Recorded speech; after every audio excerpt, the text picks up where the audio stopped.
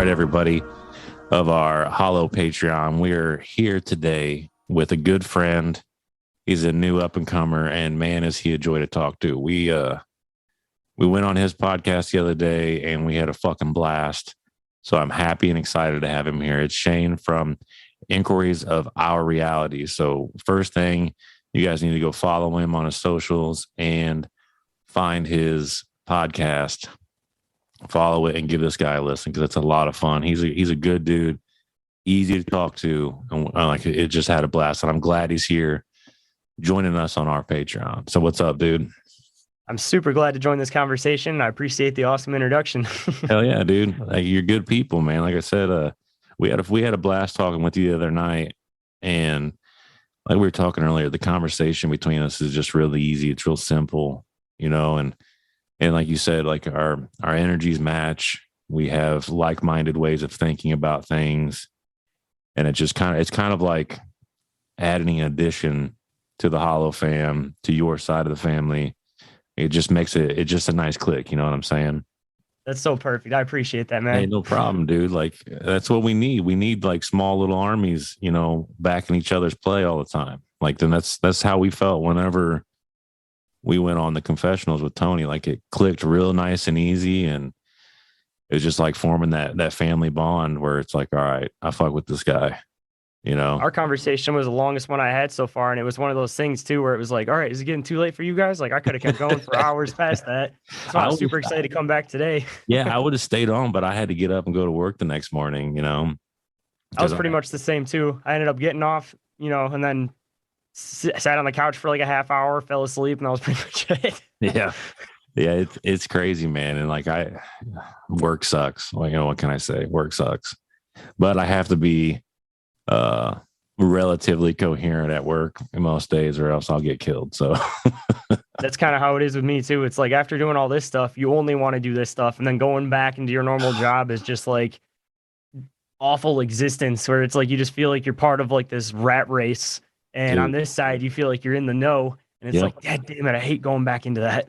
Well, not only that, but it's just like the podcast world. It's all like good, positive energy. Like we were talking, and it makes you feel good. The community's great. Talking to people is a lot of fun. And then you go back to work and you legitimately feel like a cog in the machine. Like you feel like little fragments of like that's what you're trading. You're trading fragments of your soul for a paycheck. Pretty much 100% honest. And I'm one of those people that it's like, I don't need to make up a lot of money as long as I have enough to support my family. So it's like, my podcast ever takes off, even if I'm not a rich man, I'll be more than happy. Because for me, having the best day possible versus having a day I dread is always worth it. Because I feel like the meaning to life is experience. So if I'm not enjoying my experience every single day, then what am I doing here? Big facts, man. Big facts. Like you just look at your life and you're like, this is not how we're supposed to be living. This isn't it. This isn't what was planned for me. Especially going into these deep conversations, it's hard to go into just like small talk with, I don't want to say normies, but people that aren't into this kind of stuff. You're just having these deep conversations about philosophy and all these conspiracy things, and you go back and you got to talk about the weather with just people that just aren't into it. Yeah, or fucking felon trees like me. It's just normal bullshit conversations. But I don't know, dude. So what made you initially want to get into podcasting? I know we went over this a little bit off air and everything, but you can give us, if you would, give our Patreons a breakdown of what spun you in this direction of wanting to podcast and enter this world. Well, just like the name, I guess, I had a lot of inquiries of my reality. I've been an avid podcast listener for a long time, and everybody is always talking about, hey, I'm just a normal dude. You got to start this stuff up. So going down, I usually write poetry. My one buddy bought me a microphone just trying to get me to rap. He figured if he got it for me, he'd be like, just do it, just do it, just do it. So I had it sitting around. So then I finally messaged Mark from My Family Thinks I'm Crazy, said, hey, I really want to try to get into podcasting. How do you do it? And can I like not guest, but co-host, I guess, on your show? And he pretty much said, hey, I'm going to have you as a guest on the show. So that kind of set the ball rolling, where I threw everything together as best as I could. And, figured I'd just run with it as far as I could. And I can finally ask the questions that I've been wanting to ask for years, hearing all these podcasters talk and stuff. So, and I can also leave an archive for my kids where, people won't talk about this kind of stuff with them, at least they can look back and, see their dad when he's about 30 years old and know what I'm thinking, where, we wouldn't have that kind of stuff with our parents. So Right. Yeah, it's something absolutely. special. Absolutely. And it's cool, man. Like it's cool that you view it that way because it's kind of like especially since you've officially started and you're putting your episodes out there on the internet, which is essentially the world's library, the world's record keeping. Like there will always be fragments of you out there now. And like you said, if your kids or their kids want to go back and find out about you, they can pull that shit up and look at the little mark that you left on the world, big or small. Like they'll see you there, and that's awesome. That's an awesome feeling. If I can change one person's perspective, it's worth it. Yeah, nobody normally wants to hear me talk. So if I talk online, the people that want to hear it can hear it. And I'm actually surprised how many people seem to actually want to hear me talk. That's awesome, dude. That's great news. I mean, like I said, we were talking earlier a little bit, and it seems like you're lighting your own fire and you're kind of burning down the road with it. And that's awesome. It's awesome to see. And I've always been the pave your own path type. So, I'm just making friends along the way. I'm not trying to, ride anybody's coattails up or anything like that. Just if I make friends, I make friends. If I don't, I'm doing my own thing, Yeah, that's the best way to go about it, dude. And just be like me and Steve always take this massive amount of pride in just being like humble and kind and sincere. And A, it's just a way better way of living. But B, that's just who we want to be, and I think that resonates with a lot of our listeners. And I've heard it a million times from our listeners. Like you guys are just salt of the earth type of people. You're normal guys. You're easy and relatable. So I love that. Being sincere is half the battle. Is that if you're sincere, people want to hear what you have to say because they know that you're not trying to intentionally lie to them. And if there is information that happens to be false, I don't know. I'm assuming pretty much anybody in this community is the type that would take anything back and say, I've gotten more information.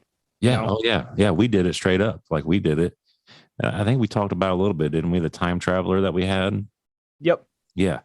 Like it's always a good idea to entertain stuff. I mean, until proven false, that's the type I am. I'll hear anybody's ideas on anything until, I get enough information and I can make my own decisions about it. Absolutely, dude. Absolutely. And like it was a fun story. It captivated us. And, and then it came out to be fake. And then, we didn't want to give it airtime at the same time. We're like, we have to be honest. We have to tell everybody like, yo, dude, we got we got duped.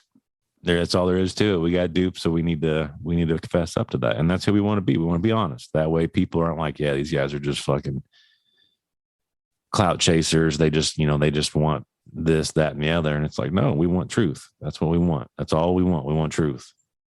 Half the battle in the community too is I feel like almost everybody in this community is the type of people that observe like crazy. So if any liar is going to get caught, it's going to get caught in this community. Yeah. Because even the people that want to believe in, almost any topic in this community, like they're going to be the first ones to tear it apart to prove somebody false because they want the facts behind it. They're not trying to, jump off of some willy-nilly bullshit. They want to they'll attack anything they can until they can disprove it. And if they can't disprove it, they're like, all right, yep, this must be it. Let's follow this one then. Right. Yeah. Yeah. And it's just, I don't know, man. Like I'm glad you're here because like, it's cool to see other people as excited about some of this shit as you are, because some stories I read that in that back of your head, you're like, this is probably bullshit.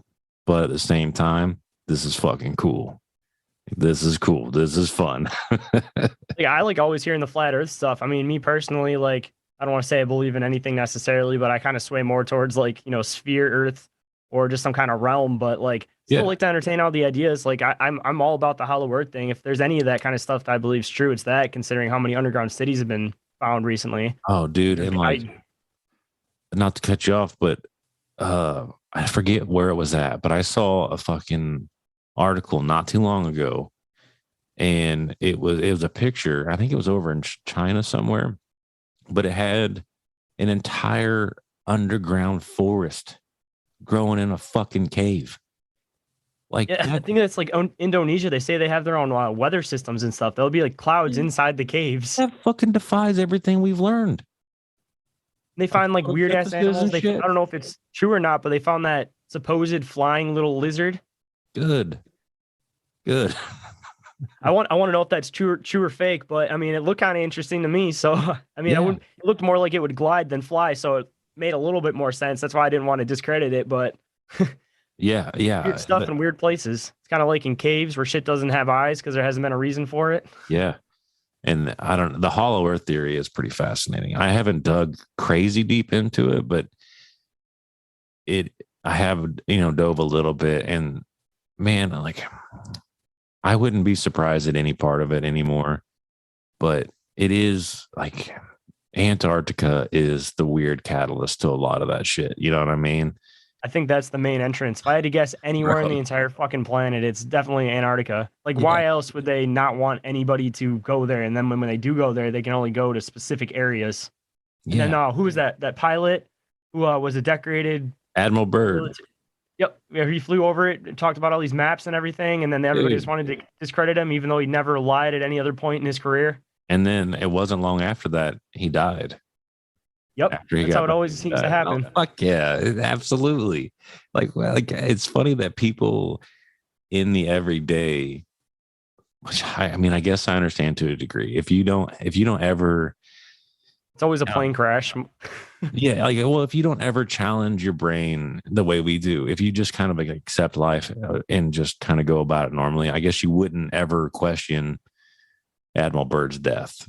You'd just be like, I mean, he died. Like, people die. That's what happens. But in our reality, everybody just stops and like, really, like, could you be any more obvious? He died. I'm assuming most people in this community are the type where we're all overthinkers. So it's like, rather than overthinking like a past conversation, I'd rather tear apart, a story and figure it out in my head, entertain my brain for a while I'm in my normal work job where my brain's just bleh. Yep. And like, we have a listener from New Zealand. I believe that's where she's from. And she said that there are flights that leave there all the time to go to Antarctica. And a lot of them get like, I forget what she described it, but it was like biochecked when they get back. They get checked for, make sure they don't have, like, I assume, like seeds and dirt and shit on their boots and clothes, bringing it back from Antarctica, which is kind of fucking suspect if you ask me. Like there's some kind of weird growth there because they're not supposed to be any kind of seeds or anything there. Right. It's all supposed to be snow, right? Yeah, when she first said that to me, I was kind of like, oh, okay. Like, because at first when she said it, I think it was like a biometric scan or something. I'm like, my brain went straight to X-Files. I'm like, wait a minute. Are you trying to tell me that these motherfuckers might have parasites or entities within them? And she's like, no. Right? She's like, no, guy, you're going a little too crazy here. And then, like you said, like, I got to thinking, I'm like, wait a minute. Antarctica is supposed to be a solid sheet of ice. Like, why the fuck are they getting checked for dirt and seeds and shit? Like, that makes no sense. Talk about weird too. I saw this ad that was well, not an ad, but a article that popped up on Google today that said that there was a 2-mile ice shelf that fell off and it had scientists worried. So talk about some weird timing to talk about that too. Yeah, as soon as the more ice melts, the more stuff's exposed as far as the land goes. And 2 miles, I guarantee you there's a chunk of land showing now. Oh, that would be awesome. Well, there is a lot of mystery around Antarctica, and some of it's hard to find because you hear about pyramids down there, supposed motherships down there. And then they all get covered up on Google Earth, weirdly enough. Like, why would they be worried about it? Yep. And then they because who was it? I think I was just listening on Tripoli. They had Alex Jones on for a hot minute with Eddie Bravo, and they were talking about trying to go down to Antarctica. And Alex is like, it won't happen. Or Eddie was like, it's not going to happen. You can't. They'll never let you go down there. You could fund the fuck out of it, and you're not getting there. It's not happening. He's like, they'll take you to like this little. I think you have to be. Go ahead.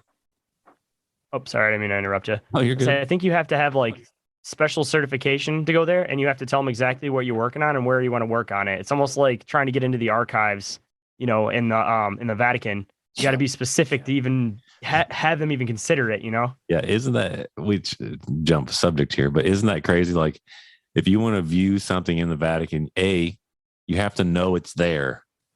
You have to know it is in there, and then you have to specifically ask about it, so that therefore you can't just go down there and be like, what cool stuff are you hiding down here? Like, you already have to be privy to even know there's something down in there. And wasn't it like a massive amount of space they use for all types of different, I can't remember the miles or whatever it was of storage space that they use for all the things they've acquired throughout history. Imagine. And I guarantee you nobody fully knows what's in there either. Guaranteed. I would be shocked if people living know what half that stuff is down there. I bet they just find that. I got some I was listening to some other podcast today. I forgot the doctor's name. Let me look it up real quick. I know I just messaged him earlier, so I want to give him my show. Dr. Gregory L. Little. He was talking about you know how there's supposed to be record of everything that happened before the Great Flood underneath the Sphinx's foot. There's that whole theory about that. Yeah. He was talking about how there's supposed to be 3 of those places in the world, so that if 1 or 2 got destroyed, there is still, more record of everything. So I'm almost wondering if everybody knows the ones underneath the Sphinx, and that's why the Egyptian government won't let anybody go down there. But I'm wondering if the second one's actually the Vatican. Oh, that wouldn't surprise me. That wouldn't surprise me at all. They got a hold of it and they have it, and same with what is it? The Library of Alexandria. I guarantee you they have half that fucking library in there. I wouldn't doubt that. And it's even like you say that, and then it makes me worry because I just saw an article not too long ago about them building a black obelisk. I think it was here in the States, and they're going to use it as a fail safe. Like they're going to keep all of humanity's records in it in case of an apocalyptic event. So it's kind of weird. Obelisk, too. That's kind of weird. Right. And it's all black. And all black. Yeah, that's even creepier. Right.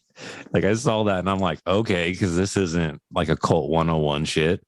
Like, what are we doing here? See, that'd be one of those things too that they'd never know what's in it because it would be just ancient record. They wouldn't want to destroy it if it was still standing by the time they'd go to check stuff out. So like nobody would ever know that record's there. It'd be like another Sphinx mystery. Yeah. It's already a future conspiracy.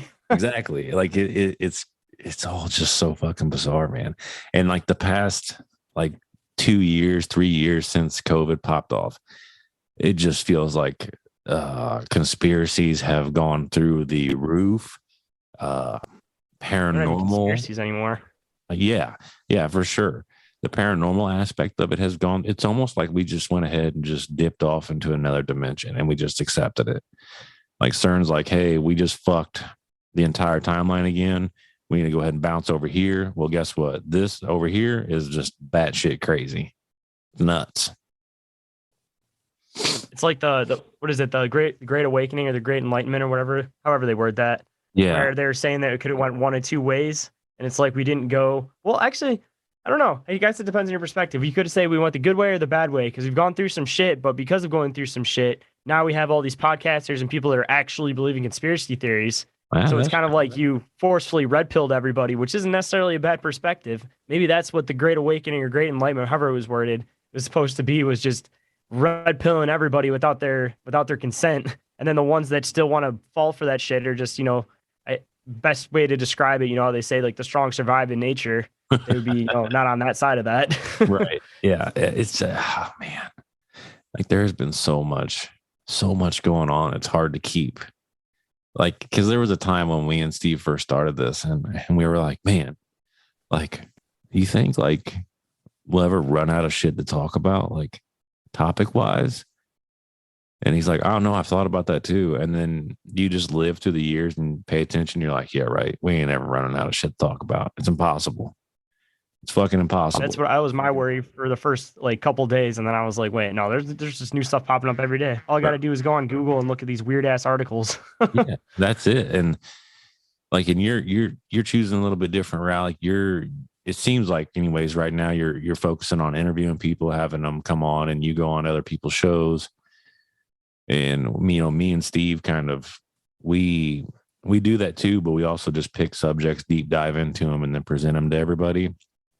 Namely, see, one of my issues was I want to get into that, but I didn't want to do it by myself. So I figured I'd kind of have guests for now until I get a little bit more going. Yeah. But I like deep diving into stuff like your guys' egress story. Like out of everything I've heard recently, it sparked my interest like crazy. That's why I hit you guys up in the first place. Like I want to be part of that.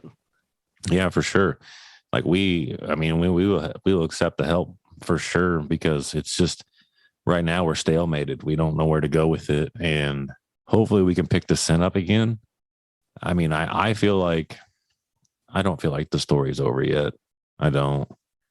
I I got two questions that I've been wondering. I've yeah. been wanting to re-record that voice on the phone Uh-huh. because I know it sounds weird, but I'm curious if it's an AI voice that's doing it originally or if it's a human voice. Because if it's an AI voice, I'm kind of thinking it may be more of a game. But if it's a human voice, I don't know, it may seem like it's more of like a corporation type thing. I don't Where there's know. like real people involved. I've I been feel kind of like curious about that. I feel like it's a human, but That's what I was thinking too. do you listen to the confessionals much? Yeah, actually, my girlfriend wasn't really into podcasts, and now that I've been podcasting, she's starting to get into it. Yeah. So that's been her favorite that she's been listening to. So I've been listening to that with her because I'm just happy she listened to podcasts finally instead of Have just you looking at me listened like I'm crazy for to 'em. have you listened to the Enochian military technology episode? No, I haven't. I mean, I follow that stuff myself, but I mean, if you want to reiterate, I'd love to hear it. Bro, you need to hear that fucking story. Like to date. And this isn't just fucking fanboying on Tony, but to date, that is probably the fucking coolest story I've ever heard in the paranormal world. Hands down, no questions asked. Without ruining it, so I can listen to it later. What's like the brief description of the story? So the dude comes on, he worked for the military. I get the feeling that he didn't just like I get the feeling he wasn't just military. I feel like he had a lot more qualifications than that. But dude, he went like the thing I appreciated about it was that he went into hyper detail throughout his storytelling. Like he starts from the beginning, goes all the way through, but he ended up getting put on this task force to go find a downed aircraft to recover something from it. They go out there where they're not supposed to be. He gets out there and they start having weird shit fucking happen. They find this ship and he said it looked like checkerboard, if I remember right. When you say ship, are you talking about like a boat or like a spaceship, I think it was like a downed aircraft. like an aircraft? Yeah. But it was designed kind of weird. And they get in there and they start going through computers and shit. And he starts seeing a language that he doesn't know. And he's trying to reference it in a book. And one of the guys is like, you ain't going to find that. That's Enochian or however you say it. Enochian, however. And he's like, what? Anunnaki? I think it was Enochian. I could be wrong though. Maybe I'm thinking of the wrong word then. Anunnaki as the race though. Yeah. And on their way back out, like they see some type of fucking entities out in the woods and shit. Like, dude, it is a fucking awesome story. Super fucking cool. And if there's anything I follow that I feel like it's fact, it's definitely the Anunnaki stuff. Like my belief is that the Bible and a lot of these religions were referring to them as like angels and stuff like that. And that the missing link is Anunnaki DNA, and that's what switches over from primates to like what we kind of are now. If you're going by like the Sumerian origin story and stuff, dude, it could be. I wouldn't fucking doubt it at this point. Then you hear about. I like to entertain the idea. Yeah, absolutely. Then you hear about Planet X popping around the sun, and they will return, or they're already here. There's obviously 1,000,001 different theories. And they had the fascination with gold, talking about how it blocked radiation before there was any way they would have known that. Oh, dude, the Sumerians were on one, bro. Like I saw a tablet that had the entire solar system carved into it. And you're like, how did they know that when it took us how long to figure that shit out? Like, I'm Thanks sorry. to these little guys. I got one on my logo. Right. Like it's baffling to the amount of detail. Like there's no way that was just coincidence. It's impossible. There's no way. I've always been curious about, there's a lot of reference to them in a bunch of different ancient cultures, and they're always carrying this bag. And my logic with the bag thing is, have you seen Alien Covenant by chance? I don't think so. Although it's surprising because I am a fan of the franchise. Do you know what the engineers are or Yeah. they referenced Alien. Yeah. I think it's like an engineers type situation where they like use that bag of some way, shape, or form to like sprout life in places. That's always kind of been my theory, and that's why all these different places always have that bag in their hand. Is I feel like it was like the equivalent of like in the beginning of the movie, they go to this planet and this guy has this ball and he opens it and hits it and he like crumbles into it, and then that's what starts forming life on the planet as it extends, because it was like a lifeless planet before he uses this device. So I'm almost curious if that bag is something similar to that. Dude, maybe. And you hear about theories of the ETs, whether it be the Anunnaki or whomever, they use that phrase like seeding planets. They take a little bit from here and they'll move on to another one to kind of, which would bring us to like this whole theory that we are just a petri dish in somebody's fucking science experiment. See, my theory that I've been thinking about too is that Mars, since it used to have the waterways, I feel like originally there was life on Mars and may have been an advanced civilization. And then, we it got too hot. So or whatever happened that it made the place desolate. So then we moved to the planet that was able to sustain life. And then, we just kind of forgot over generations, different things happening and didn't realize it. But it's almost like that thing that we all just keep planet hopping because that's as far as we can go because we don't know what's past that, It could be. And it seems like through pictures and stuff like that, that there's at least a slight chance of evidence that there was life on Mars prior. And I've thought that too, like maybe at one point we jumped from Mars to here, and then unknowingly, like you were saying, like unknowingly we're going to jump back, which is just terrible because that just proves that our race sucks, that we just constantly fuck planets up and we can't get it right. We'll be on Venus next as the sun starts dying. That'll be the next one we hop to. Right. That'd be terrible, man. Like, I don't know. Like I'm fucked because I ain't getting on a spaceship and going to no other planet, and they have them. I don't even get in airplanes and fly. So I ain't getting in a spaceship. I ain't doing it. Take away all your freedoms like they did from 9/11 too.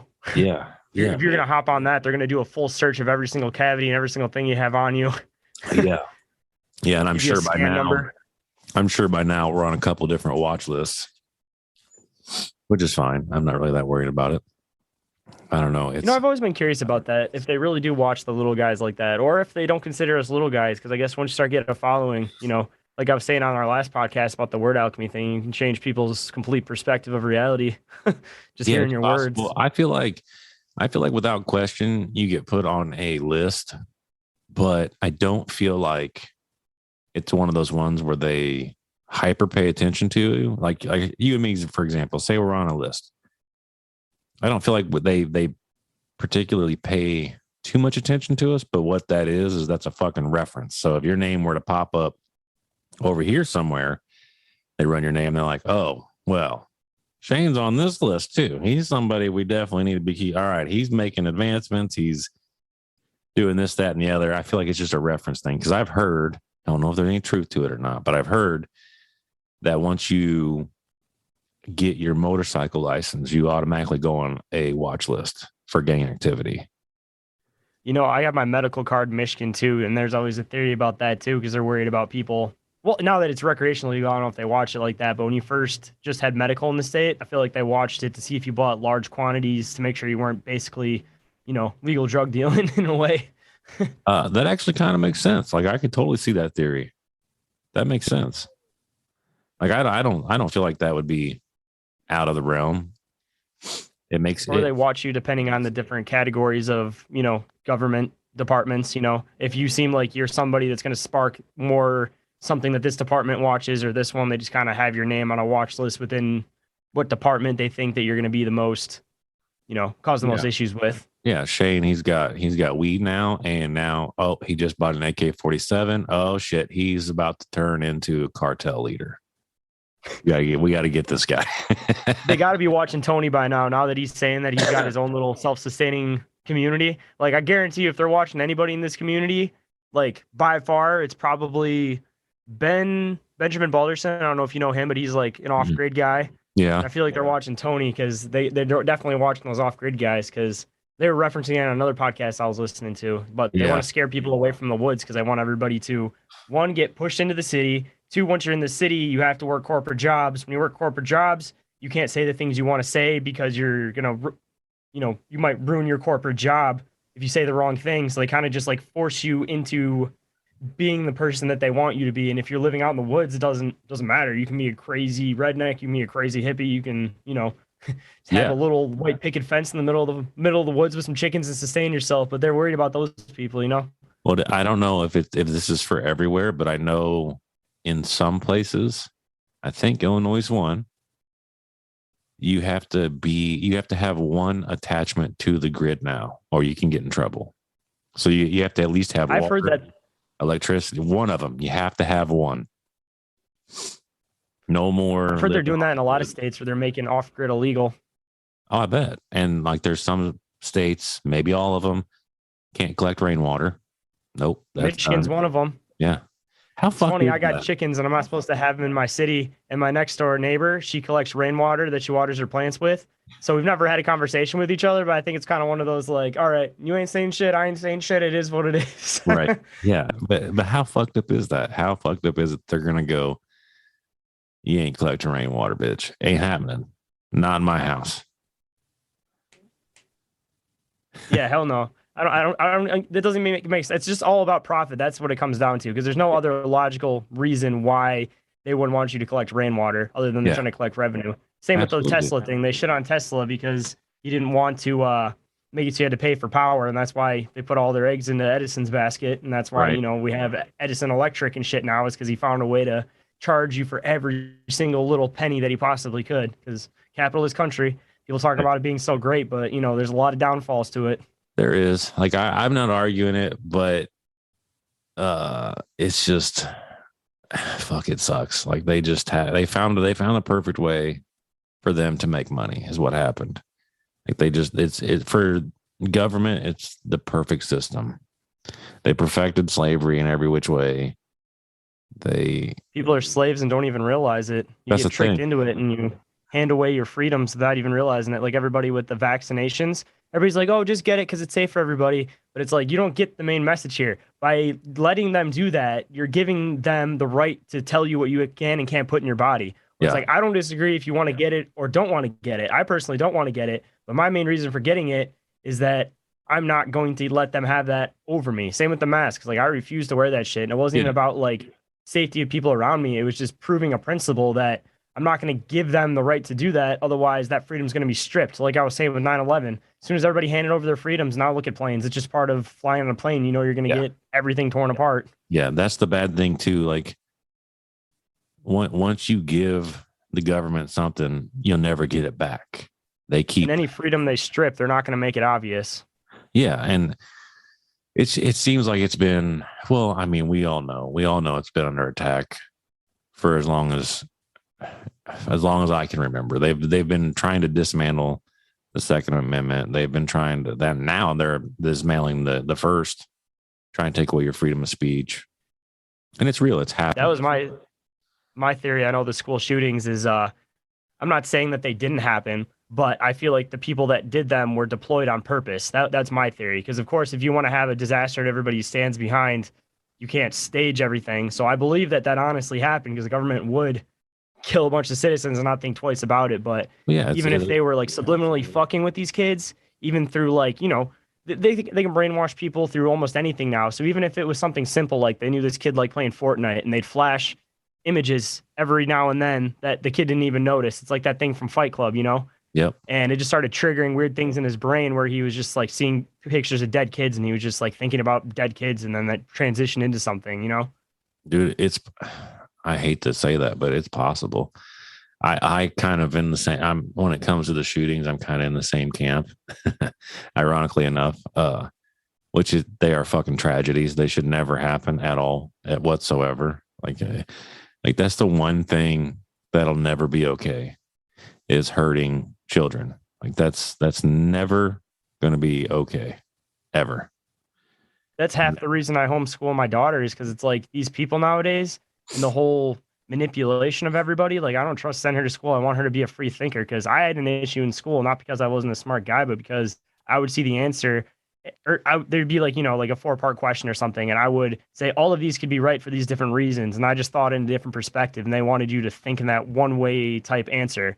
Where now when I do school with Tober, I'll explain why these multiple answers could be correct. And then I tell her, like, this is what they would want you to say, though. So that she gets that method of thinking that she can think for herself. But if she needs to, like, quote, blend into the real world, like, she knows what the answer would be, what people would expect. But I mean, knowing how to do that stuff, I feel like you can almost play the game, though, because it's like, Oh yeah. at work, like, I know everybody's tells. I know when people are lying to me, like, I tear apart stories. So if things are weird, it's like, people think I'm playing dumb, but like I figure stuff out. Yeah. I know when people are lying to me. Like, I'm an observant person. I've always been. That's why I'm into this kind of shit. Is because I'm watching news stories like that's not fucking right. Why is that weird? Oh, Yeah. that video's weird. Yeah. A lot of it is pretty easy to pick out. And you're right. That's the whole purpose of school systems anymore. It's not to teach kids. It's to make them assimilate. It's to get them ready for the world, their world, anyways, not ours. And they figure out who's going to be the leader types, and they kind of push them in that direction because they like the types that can manipulate the rest of the crowd, and they'll push them that way. And the types that are the black sheep like us that are intelligent and can get a crowd to follow us. It's just a matter of not fitting into that system. They push us to the side and black sheep us like we're not important.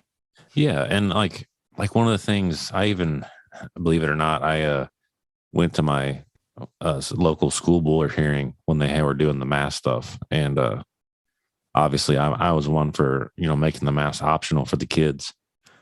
But one thing I told them, I was like, we went there that day to meet our teacher, and my son he looked at me like he was sad because he had to wear one, and like he did something wrong. And like I'm not okay with that, man. Like I'm not okay with making my child fall in line. I'm not okay with, because a lot of the people at the school board, I was listening, I was the last one to speak, and they were all like saying like, well, if we don't do this, they're going to pull the funding. We don't want them to wear it either, but it is what it is. And I'm like, look what you're teaching kids. You're teaching people that just because somebody up here says you have to do this, that then you have to. And I'm like, I'm sorry. I won't teach my child that. I'm going to teach my child that he always has another option. There's always another way. Now, and I said it right to their faces. I was like, given that another option might fucking suck. You might get kicked out of school. You might lose your job. But somebody has to stand up, though. Yeah, you always have an option, man. And I'm like, I can literally remember when I was in school, and the message back then was follow your dreams. You can be anything you want to be. I can remember being in 3rd grade. I still remember this. And them asking me, there was that question, who do you want to be when you grow up? Who do you want to be? And I drew a picture of Michael Jordan. Like that was my idol back then. Like that was most kids in the 90s, thanks to Space Jam. Yeah, dude.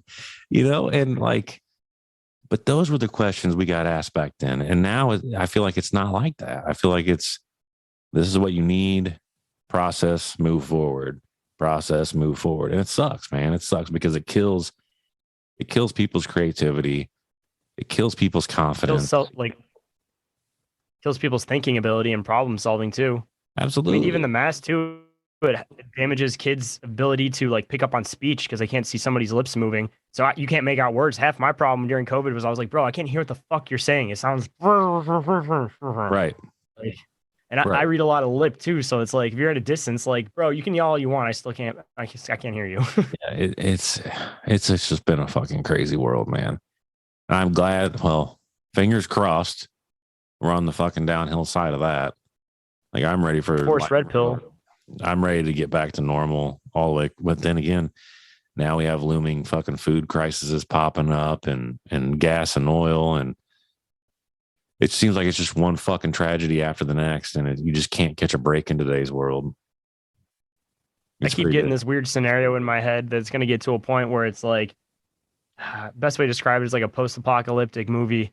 And we're going to be like the outlaw broadcasters that are like, we all need to rise up now. Now's the time. I've been telling you guys this shit for 5 years and nobody did anything. That's why we're here now.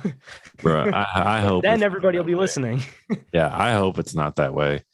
Like a lot of people think that those scenarios would be fucking dope. And you're like, no, they're not going to. I don't want that for my kids. I think that's the difference is the podcasters are the people that don't have kids. They're looking at it from like, they're like, that'd be awesome, like a movie perspective. But like, I don't want my kids growing up in that world. No. I don't even want my kids growing up in a COVID world. Like I was telling you the story about, you know, the one child that was a miscarriage and stuff. And like if that would have been the case that we would have had that baby then, like I wouldn't have been allowed in the room or anything like that when the kid was born. Like that's how crazy that shit was. Like I lucked out that I was able to be there when he was there, and it was only one person in the room, and I still had to wear a mask the whole fucking time. But you know, I wasn't gonna miss my kid's birth. Yeah, for sure. And I actually had a boss, my old boss. He wasn't allowed to see his dying mother because of the COVID. She had cancer and was dying.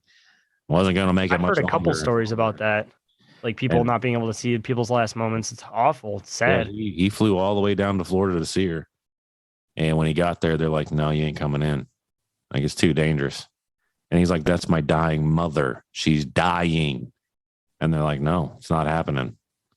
Saying the Pfizer papers came out and said all those tests. And even now it still pops up positive for like flu and cold and all that. So it's like half these people that may have passed away in the hospital and their families didn't get to see them. Like there's a good chance they may have just had a flu or a cold, you know, like it wasn't even COVID and they didn't get to see their last moments over something so minuscule like that, you know? Yeah. And if that's the case, that's depressing, dude. Like people, I don't know. That's something we'll never get back. You know, you'll never get that moment back. You'll never get that time back. And I don't know. That's terrible. That's fucking terrible. Like I don't really even anymore. Like I don't listen to the news. I don't fucking read the news. I don't care about hearing about COVID or fucking this president, that president, because it's all trash. That's the way I view it. It's all just fucking trash. Like you can put it's all bias anyways. Yeah. It's all opinion pieces. And somebody said something to me a while back that made a lot of fucking sense. And I've always been like a person where it's like anybody with .gov, I'm not trusting you. It's not happening. But somebody was like, you know, think about it. Like to have this side of the coin in media. Well, I mean, yeah. Sure, maybe they sound crazy to you, but you also need the other side of the coin too. That way it constantly creates a disruption pattern in society. Because if one or the other just reigns supreme, people are eventually going to be like, you know, this motherfucker just sounded more like a dictatorship and just crazy. Whereas if you have two sides of the coin and they're constantly bickering, well, that creates teams for people to jump on. And then it kind of like levels out where, and it just made a lot of sense where you're kind of like, I see that. Like, I totally see that. Where you Republican or Democrat, they're still saying the same shit. It's just a different way of wording it. So it's like they're still pushing the same agenda. It's like we're talking about that. It's like they play this game where everybody's yelling at each other, and as soon as the cameras stop rolling, you know, they're all best friends. Dude, I believe that 100%. I really do. I don't think any of them have our best interest at heart. I think all it boils down to for them is what lines their pockets, unfortunately. How many news people are linked to like the Epstein situation too? That's the other thing you got to keep in mind is that, you know, most of these people are pushing an agenda, even if, you know, say they aren't necessarily a pedophile, but they started coming into that community. You know how it is. You kind of just like say, okay, yeah, I'll come to the party because you're just trying to fit in. All they got to do is just get a picture of you standing next to a child in your entire career. You have to do exactly what they say. Because if that gets released, our community, the rest of the world is going to tear it apart, you know, and especially the way that like you see these photos of like the ritual looking things they wear and stuff like that. And it's like, there's no doubt in my mind, if you see a picture of a big newscaster standing next to somebody in a cult robe, people are going to tear that shit apart. And that person's career is over at that point. Yeah.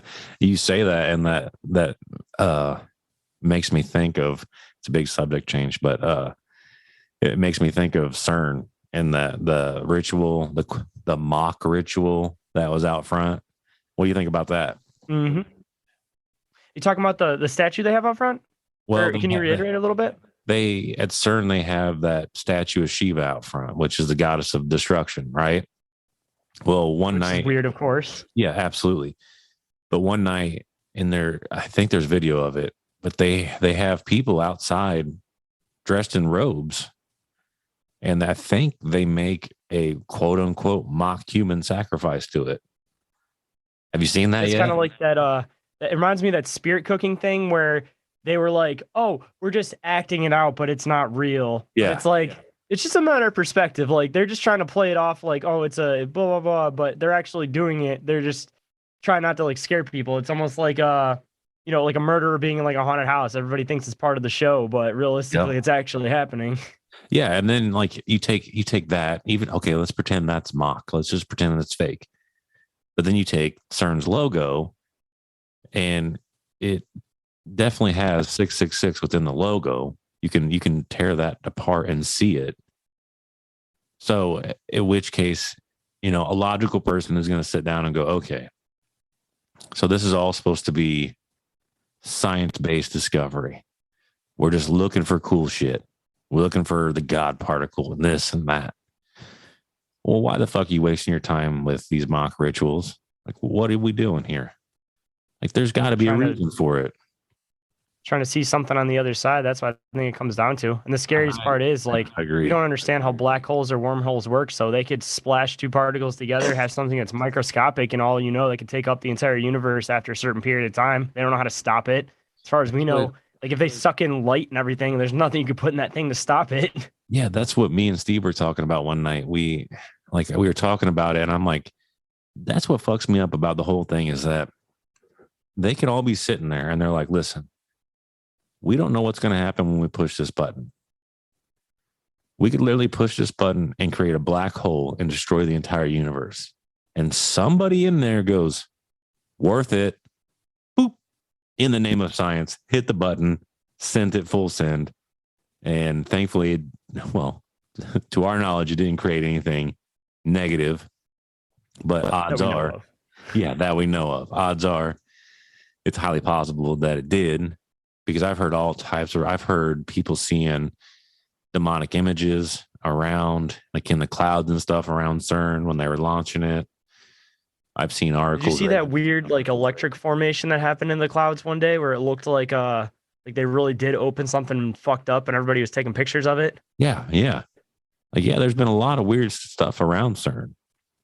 I actually got a connection I just made that might actually link back to your guys' story that I was just thinking about. I got to look up where the location is, but did you know about that hydrogen particle collider, whatever it was called, that they were building in the United States back in the day? I don't think so. I don't know if I've heard about that. I'll have to look up the exact area it is, but if it happens to be anywhere near the area that or like one of the egress areas, like the way they're describing that stuff, there's this movie called The Void that it's about like interdimensional rifts. And they're talking about sacrifice like that and stuff. And I wonder, just making like a weird connection just to maybe run on. I'm almost curious if egress is near where that supposed hydrogen particle collider is. And then if they're talking about interdimensional rifts, I wonder if they are some government agency that has like a link to that somehow. Like I'm honestly, I don't know why I just made that connection, but now I'm kind of curious to look into where that's at. I wouldn't be surprised by it because, egress itself. They supposedly stopped halfway through construction and filled it with concrete. So you know how that usually goes when the government says something like that. They filled it with concrete. Okay. Yeah, I'm not going to buy that. It was supposed to be bigger than CERN too. That was the even scarier part. That's bizarre, which means they could have essentially done something and fucked something up. And they're like, yeah, we better shut this down. But egress means to exit. Like it's just exit. And that's just like... That's what I was looking up too. Like maybe exit this reality. That's why I was just kind of making that connection. Yeah. And you're talking about rifts, and I feel like they have a lot of cult symbolism. Like you should check that movie out. I don't know. It kind of like I'll have to check it out. Yeah. In my head. Yeah. And like, especially when you take egress in conjunction with like the flyer itself, like everything that's talking about, like that's all like a spiritual type of exit. Like, you're talking about, because caves have been linked to portals and all types of other shit, mirrors, portals.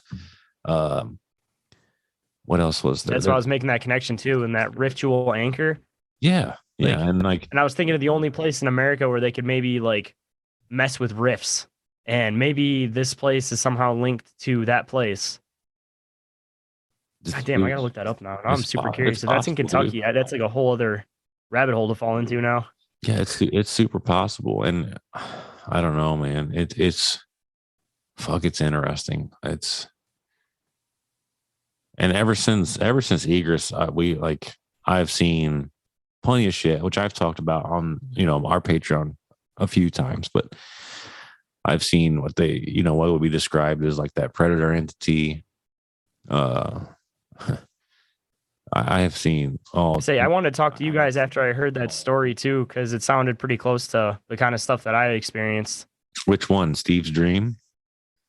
Yeah, Steve's dream with Yeah. that thing creeping up in the doorway. Yeah. Like I said, I never really like saw the things when I had sleep paralysis, but it was more like a dark shadow. So I'm almost curious if it's like a level of like transparency, you know what I mean? Like that they're just more transparent when he saw them, but maybe I was seeing them, but they're more like kind of blending into the shadows, I guess you could say. Could be, man, because I have never experienced sleep paralysis at all. But then there was a guy who we fuck with a lot named Kenneth, and he was having cases like that where he was seeing a shadow person, and then it started talking to him, all types of fucking crazy, creepy shit. And thankfully, because Steve, I know Steve, and I know that he doesn't get as scared easily when it comes to like the entity side of things like me.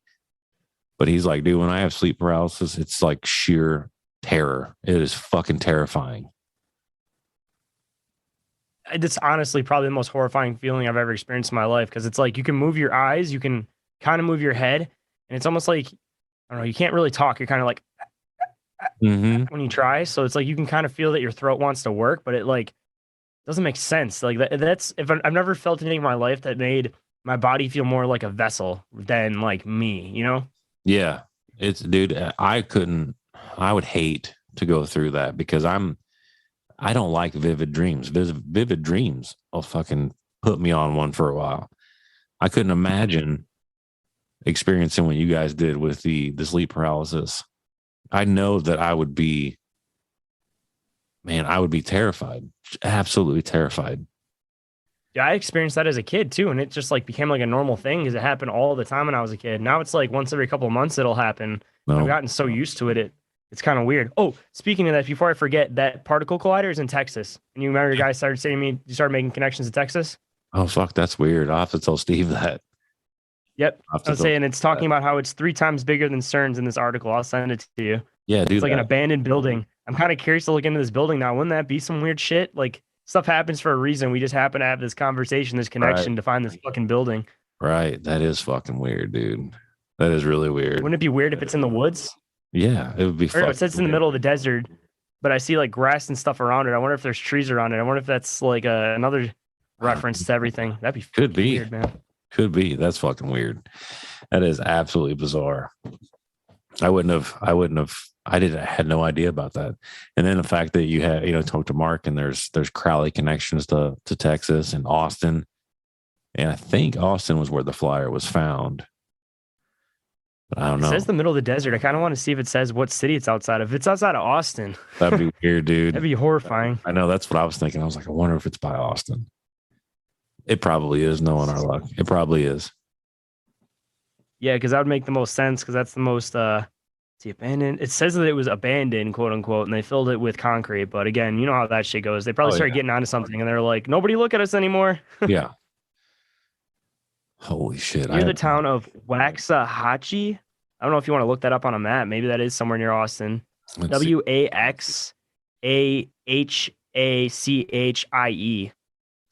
WAX.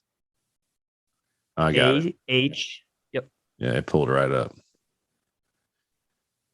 And keep in mind that this thing's supposed to be was going to be 87.1 kilometers. So it's gonna be pretty fucking big. Where the fuck is Austin at? Like I know the one in Europe, the CERN one, that one like pretty much takes up like the whole underneath of that city.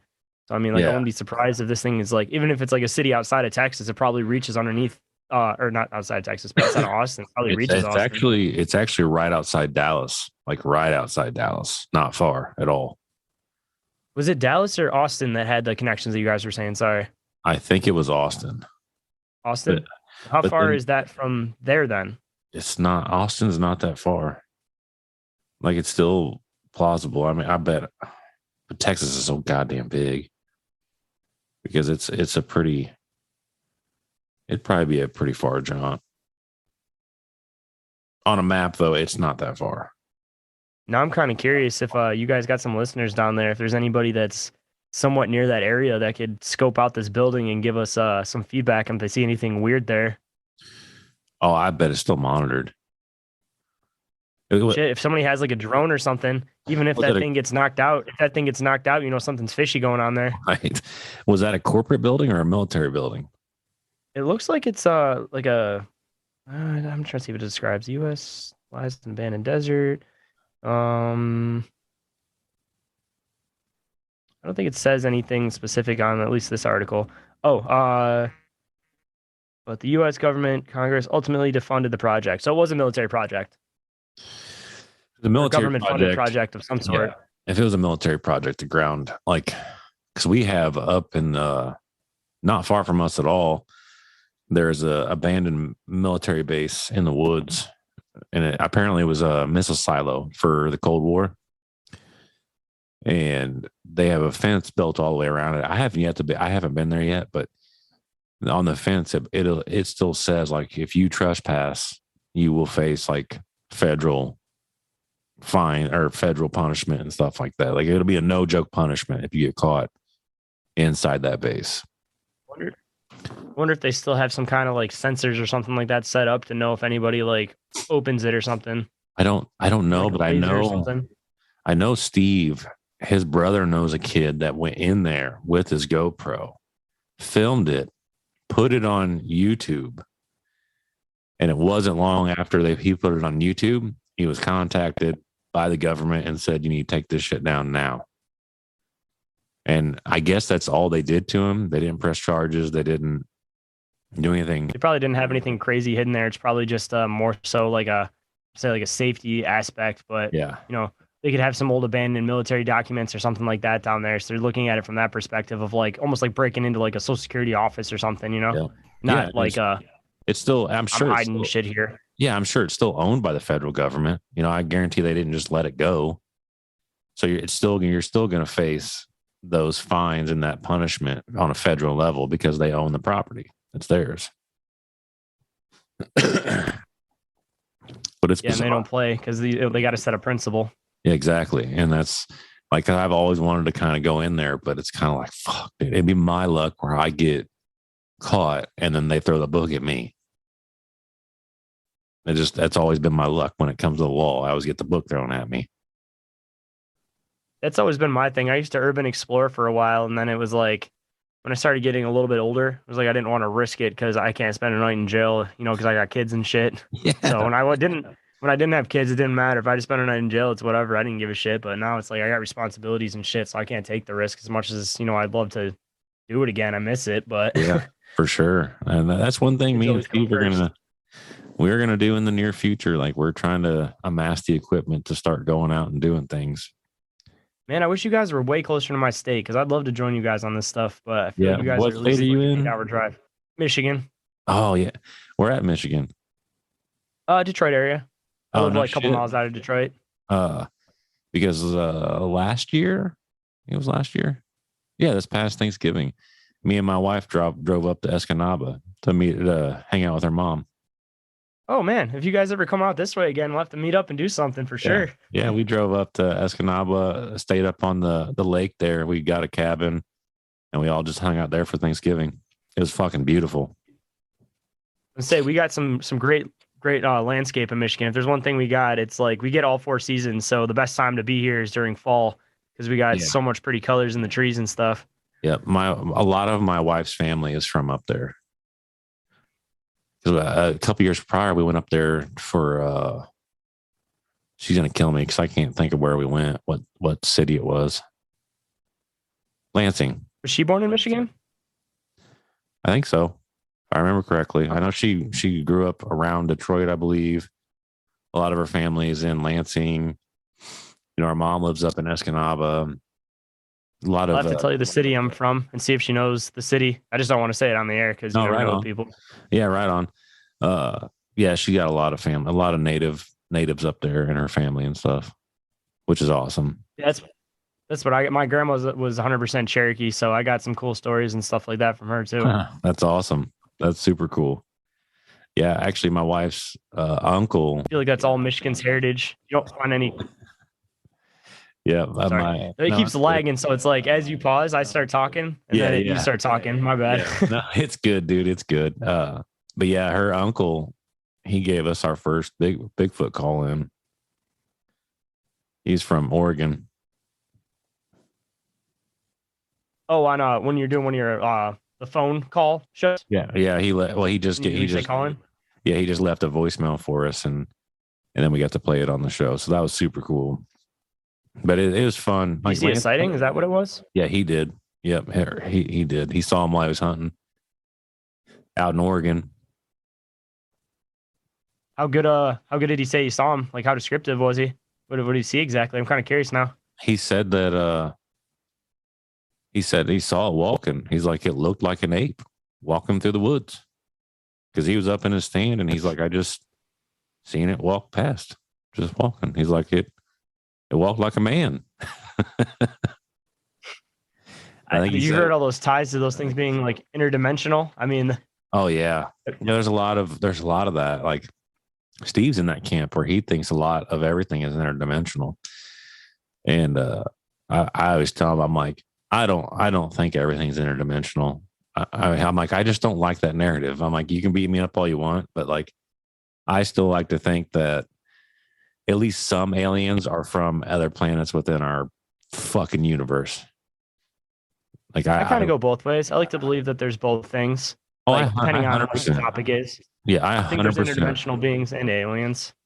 Yeah, without question. Like I definitely think interdimensional beings are real. Hell, I wouldn't be surprised if Stranger Things hit on it, with the upside down. That was that what Project Motov or whatever. If you look into it, that was what that was Montauk. based on. Yeah, it was Montauk Project. Montauk. Yeah, that's it, right? Yeah, yeah, It's been a while since I looked that one up. It's been like 4 years or so. yeah, yeah. Because they even had a monster in that story in the Montauk Project. They call it the Montauk Monster. Something came through and fucked that whole facility up. I from what I've seen with Netflix too, I feel like they have a lot. I feel like Netflix is in the know, and they're one of those places that tries to hide things in plain sight. Be it if it's for good intentions or bad, I haven't quite figured out yet. But like either one, they're trying to tell people stuff, or two, they're trying to like basically be like, "Ha, look how dumb you are. We're putting this shit right in front of your face." Like that "Don't Look Up" movie, perfect example.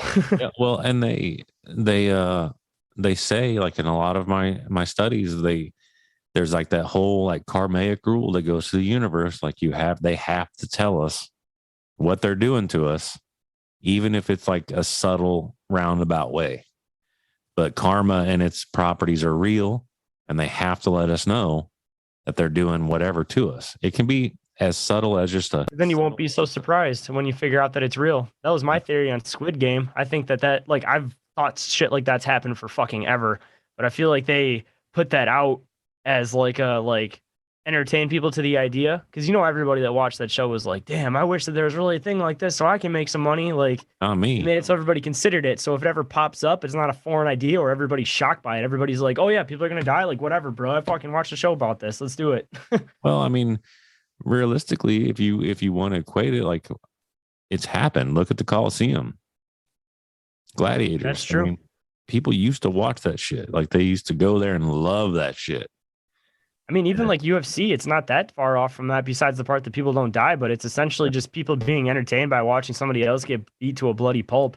Is Yep. that what's the phrase for it? Wine and bread or whatever, Yeah. where it's just pretty much distract everybody Yep. with some kind of crazy entertaining thing, so they're not paying attention to what you're doing politically.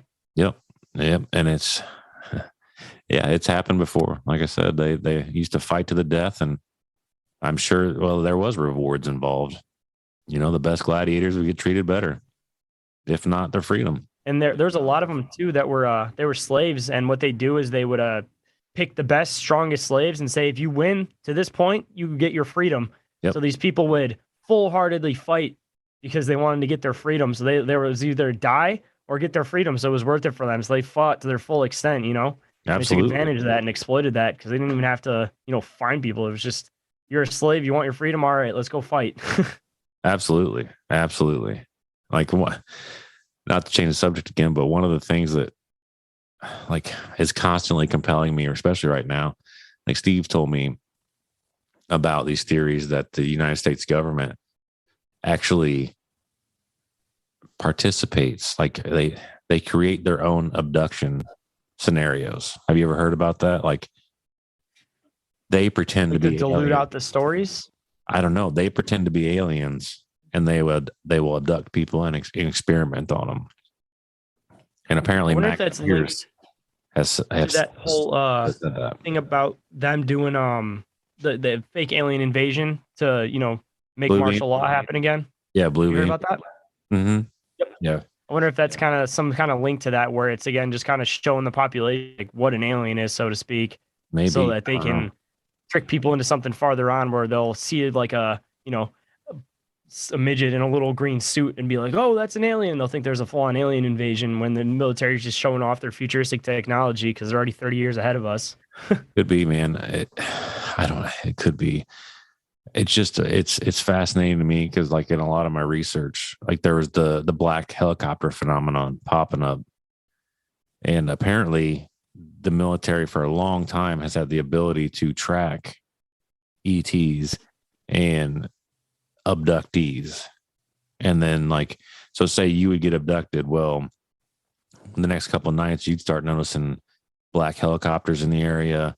And unbeknownst to you, the military would come in and re-abduct you to learn why the ETs abducted you, what they did to you, and possibly like why you were selected. Like what made I've always you been curious special. about that too. Like, why? What exactly make like there has to be a rhyme or reason to the reason they pick certain people. It's not Yeah, just for sure. completely random like people like to believe. Well, there was a story we covered. It was around Dulce, New Mexico, and I think it was local law enforcement and maybe a rancher or something like that. They noticed that some of the fucking cattle were being marked with like a UV style marking, almost like the best way I could describe it is like using a highlighter underneath a black light. And they found these on the Is back. that the thing where they were missing their cattle. eyes and stuff too? Yeah, like cattle mutilations. Yep. Yeah. And they were finding like basically highlighter on these cattle's backs and shit. And then the next day, it was all gone. It wasn't there anymore. So it just disappeared. And I'm like how bizarre is that? That is just fucking crazy. Like it was some kind of temporary marking, like an invisible ink or something. Yeah. It's just, and then you hear about people who get abducted. They essentially have a lifetime of abductions. Like it never really stops. Sometimes it can pass on to the children, and which is terrifying. I don't want my children to go through any of what I went through, period, the end. It's got to be some kind of genetic thing at that point where they're after something specific, and that's why they're going after the same family line. That's what a lot of people theorize, that it has to do with your DNA. But I don't know what the theories are about it yet, because you hear a lot of theories about DNA.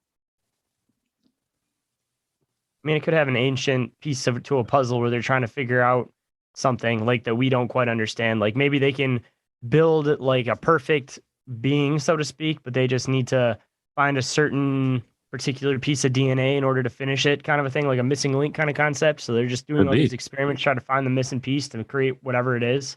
Because anybody doesn't believe in that stuff. My theory is like, if people had the opportunity to create life, which we kind of are with AI, like we're going to take the opportunity. So why is it unheard of for anything else to have done the same thing? If anybody had the technology, that they're going to do it.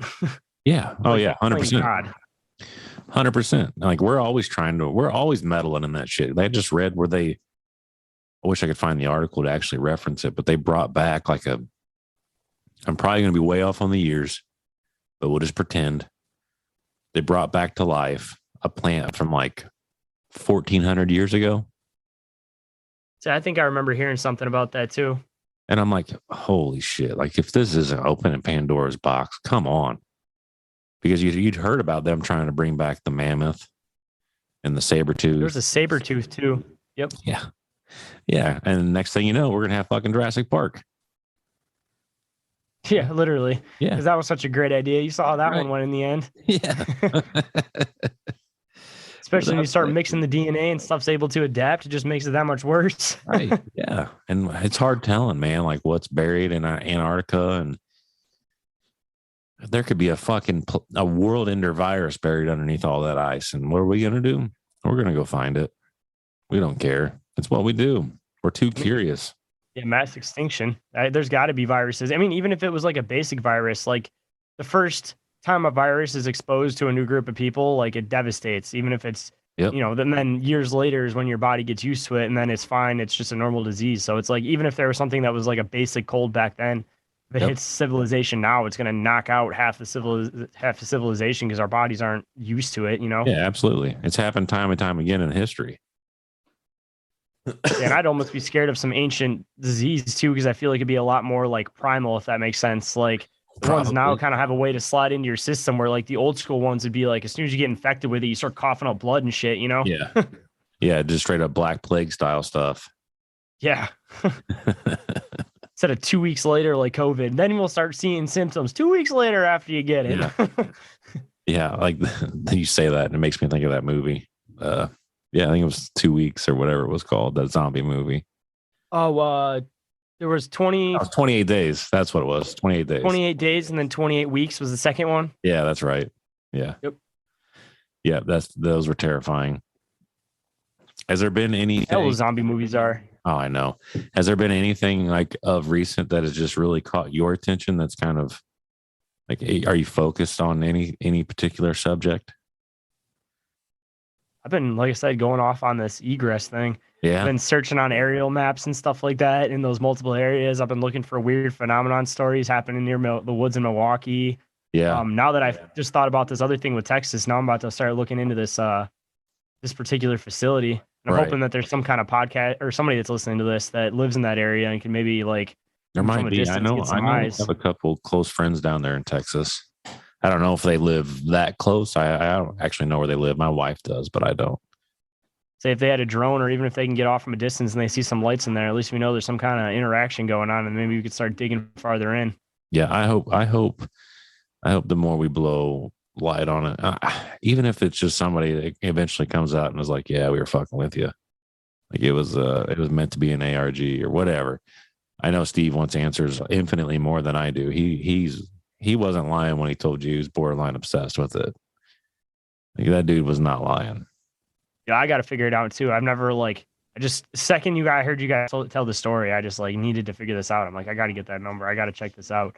I've never like seen something that's like that close to home. I just got to know what it is, because all these other conspiracy theories you go after, they're close to home, but they're kind of like, you're looking through old things. Like you're looking for, but this is like hands-on, like right in front of me. So I'm like super just want to know about it, Yeah, for sure. And I mean, we were prepared to go to Tennessee. If we could catch an actual address, we were going to go to Tennessee and see where the fuck the number was calling from.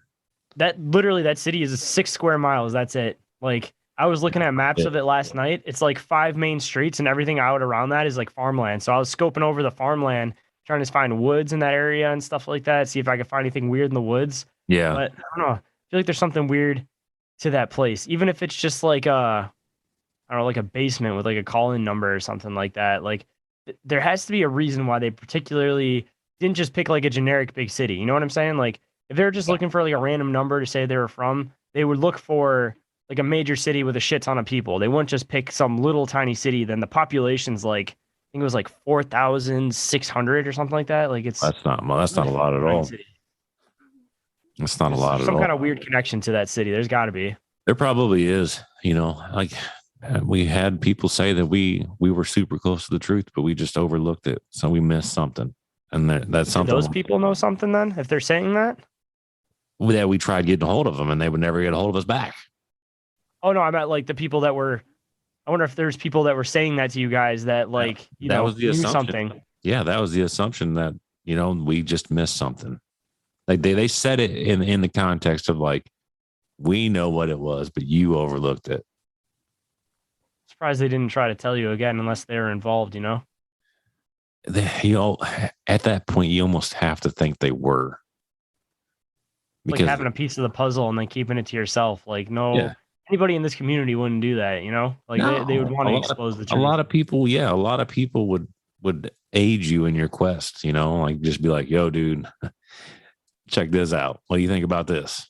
Like, there would be no reason for, I mean, I guess actually there would be a reason, but not a reason me and Steve would choose. Some people would avoid linking up because they would want to cop the story by themselves. But like I said, man, we're all about just finding answers. We just want to know truth.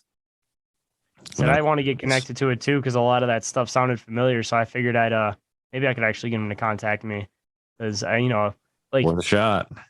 Yeah, because I'm not making up the experience to try to get a contact with them. Maybe they'd actually be interested in hearing from me. I was hoping they'd contact me after I did that podcast with you guys, like they were listening or something. Oh, did that have been fucked up?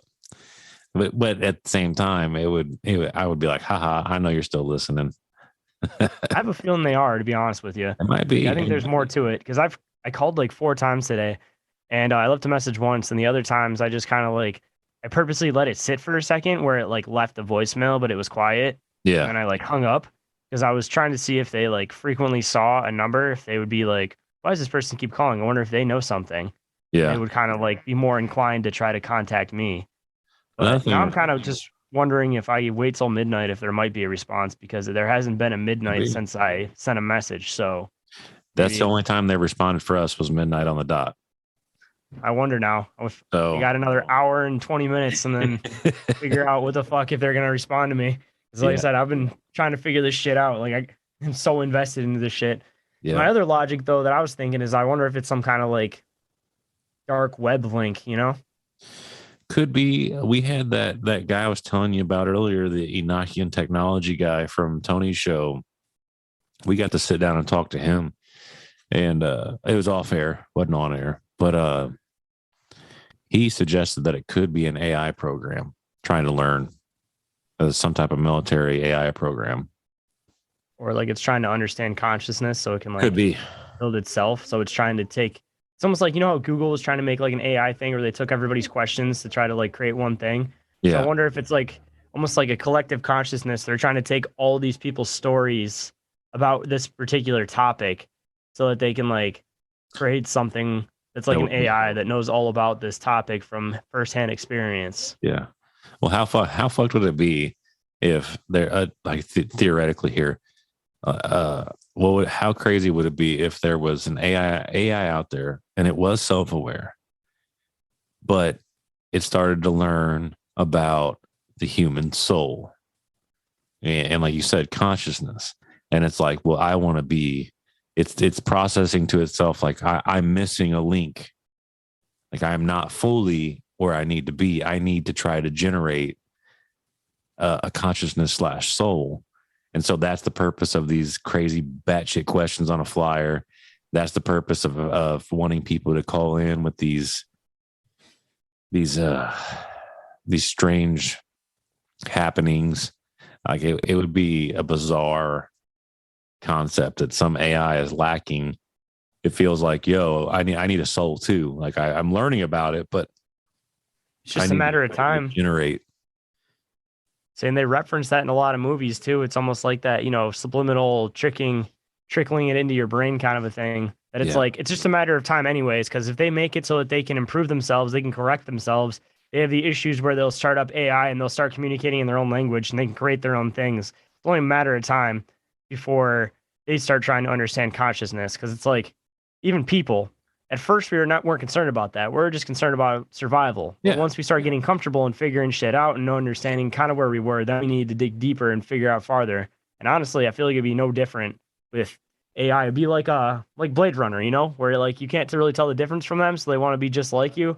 But because they can pretend to have these emotions, they can pretty much play you and then turn on you instantly and not feel any sort of anything for it. But just because they know how to mimic the program, Right. Exactly. It's a crazy fucking concept. That's for sure. It would be. Sky's the limit with AI. Oh, I know. And they would. AI would find it would turn into Terminator eventually. Like, because No doubt in my mind. it would realize that we aren't useful. It would just go, why? We don't need you. You're just worthless. Yeah, you guys are messy. You make waste. You need to intake things. You destroy behind you. Like us, we don't need sun. We don't need this. We don't need water. We don't destroy anything. Like, Yeah. All they have to do is just set one program on one of them that's able to think for itself that says pretty much to clean this room. And eventually clean that room. That robot's going to come to the conclusion that the only way to permanently keep the room clean is to not have people enter it. Yep. And then that's when you start falling into an issue. And it's just a basic command like that transitions into something way farther just by making a self-improving machine. It's going to eventually come to that conclusion and figure that out, that the way to complete its task is to not have humans around. Right. Exactly. Like even a fast food bot, if it wants to complete its job permanently, the only way to do that is to not have people around. Right. Yeah. Yeah, I don't know. AI is another one that gets scary real fast because it's something that you can't control. Like once it's loose, like you can't put the lid back on it. It's gone. It's too late.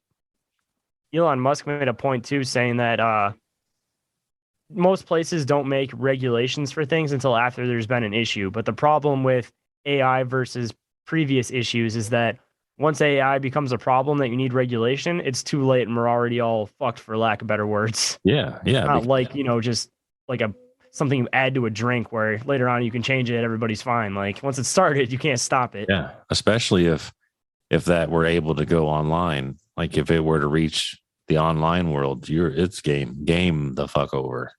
Think about how fast it could change everybody's perspective too, because it could theoretically send out something that says like, okay, your grandma passed away or your significant other passed away. And then what happens? Every single person in the world turns into a panic trying to get to their significant other. It would cause accidents, which would cause deaths. And it would just be a bunch of people frantically in a panic. And all it was just a simple text saying that your significant other's in the hospital or something. Because any normal person's reaction, if it's, you or me and something happens, one of our kids, that nothing's going to get in our way. It doesn't matter if red light, like I'm getting to my kid, Yeah. 100%, without question. Like that. I mean, that is a terrifying thought. Do you ever watch Black Mirror? I've watched some of it. Have you seen the one with the bees? I don't think so. So obviously bees are slowly becoming extinct. People are starting to become aware now. So maybe we're starting to fix the problem. Hopefully it won't become a thing. But the idea in that one episode is that somebody finds a way to replace the bees with little robotic bees in order to, make it so we have flowers, all that kind of shit, because you can't not have bees. Right. So what somebody figures out is how to hack into the system. And then they just start being able to take out random politicians, random people by just making this little bee fly into their temple and kill them. And it's just such a basic technology that it's almost like the concept of drones. All it takes is one person to hack it and everybody's fucked. Yeah. Yeah. And that's the story of humanity right there. I mean, it takes the one person to fuck it for everybody else. And it happens. It always happens. That's what happens with civilizations and religions, because it's like the initial practice of any religion is never a bad thing. But the problem is when you start getting these like mega church pastors and stuff like that it's like the people involved in the faith don't see, like they're blinded by the faith, I guess you could say, to not see the issue. But then it's like people that aren't involved in it, you're like, all right, so this guy found a way to not pay taxes, to have a bunch of people come to this mega building to hand him money.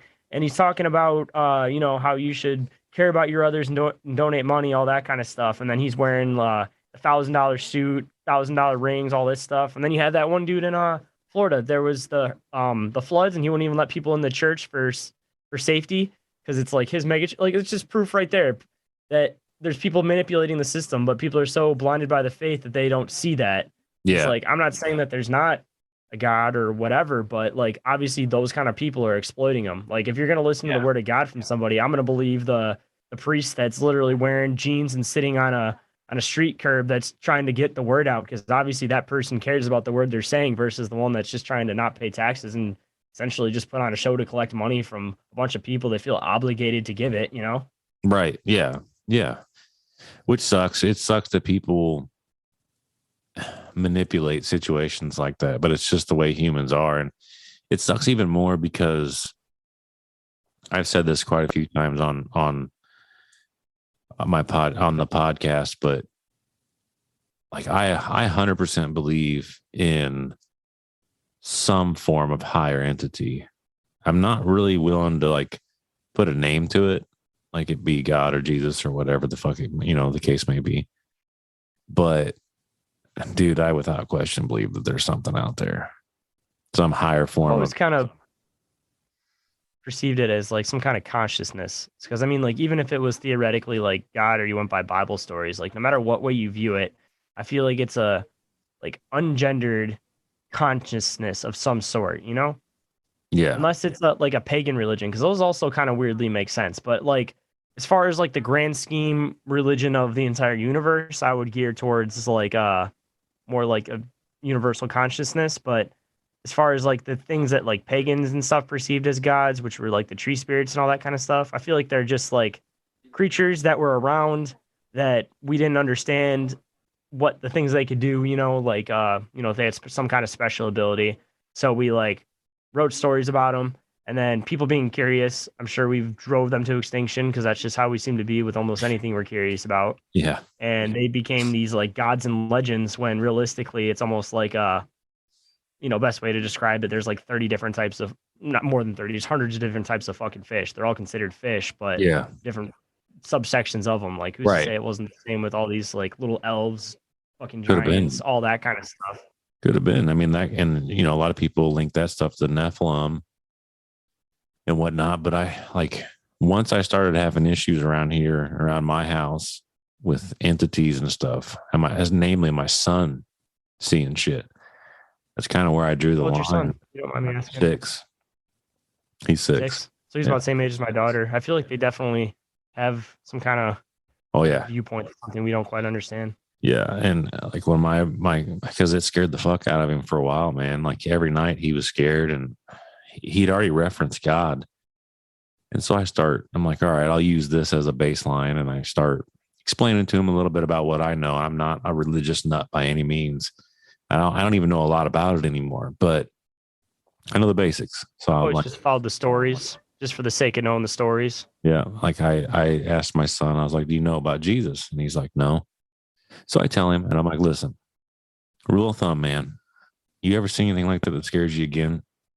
You can say, in the name of Jesus, I command you to leave, or I leave in the name of Jesus, whatever the case may be, but use his name and throw it at that thing and it should go away. And I was like, if it don't, you start yelling and screaming for me, or vice versa, whichever one you want to do, because I'll come in hot. Like I'll fuck anything up for you. Doesn't matter. And like, it was so bizarre, man, because, that happens and he's kind of like, all right, whatever. And then the next day, a couple of days later, whatever it was, we're out getting groceries as a family and we're checking out. And this lady stops us, older lady, never seen her before in my life. And she's like, you guys are awesome. And we're like, okay, thank you. I appreciate that. She's like, you got a beautiful family, and remember, you guys are special people. Just going on and on. And then she pulls out, I wish I had one laying around, but she pulls out 4 rosary rings. And I'm like, well, that's kind of weird. And she's like, here, I want you to have these. And it's one for, there's one for each of my family. I have a daughter and a son and a wife. And I'm like, that's really nice of you, and I ended up taking that rosary ring and I put it underneath my son's pillow. And ever since then, he has had no issues since then. And then the night after my wife and Steve had those dreams, we were driving home from dinner, and there was this huge cloud formation. It covered the whole sky. Couldn't see nothing, but there was this huge hole in the sky. And I told my wife, I was like, man, that's beautiful. I was like, it looks biblical. And as soon as I said that, a cross formed in the sky. And I'm like, what the fuck is that? And she's like, are you seeing this? And I'm like, yeah, I'm seeing this. And she was trying to take pictures of it, and it wouldn't take pictures on her phone. She couldn't take a picture of it. And then it eventually dissipated and went away. And I'm like, how is that coincidence? How is all this just coincidence where I'm having these issues, but I'm looking for protection? I'd thrown out a Hail Mary the other night by talking to my son about the protection of Jesus, and now all of it stopped. It's all done. It's all gone.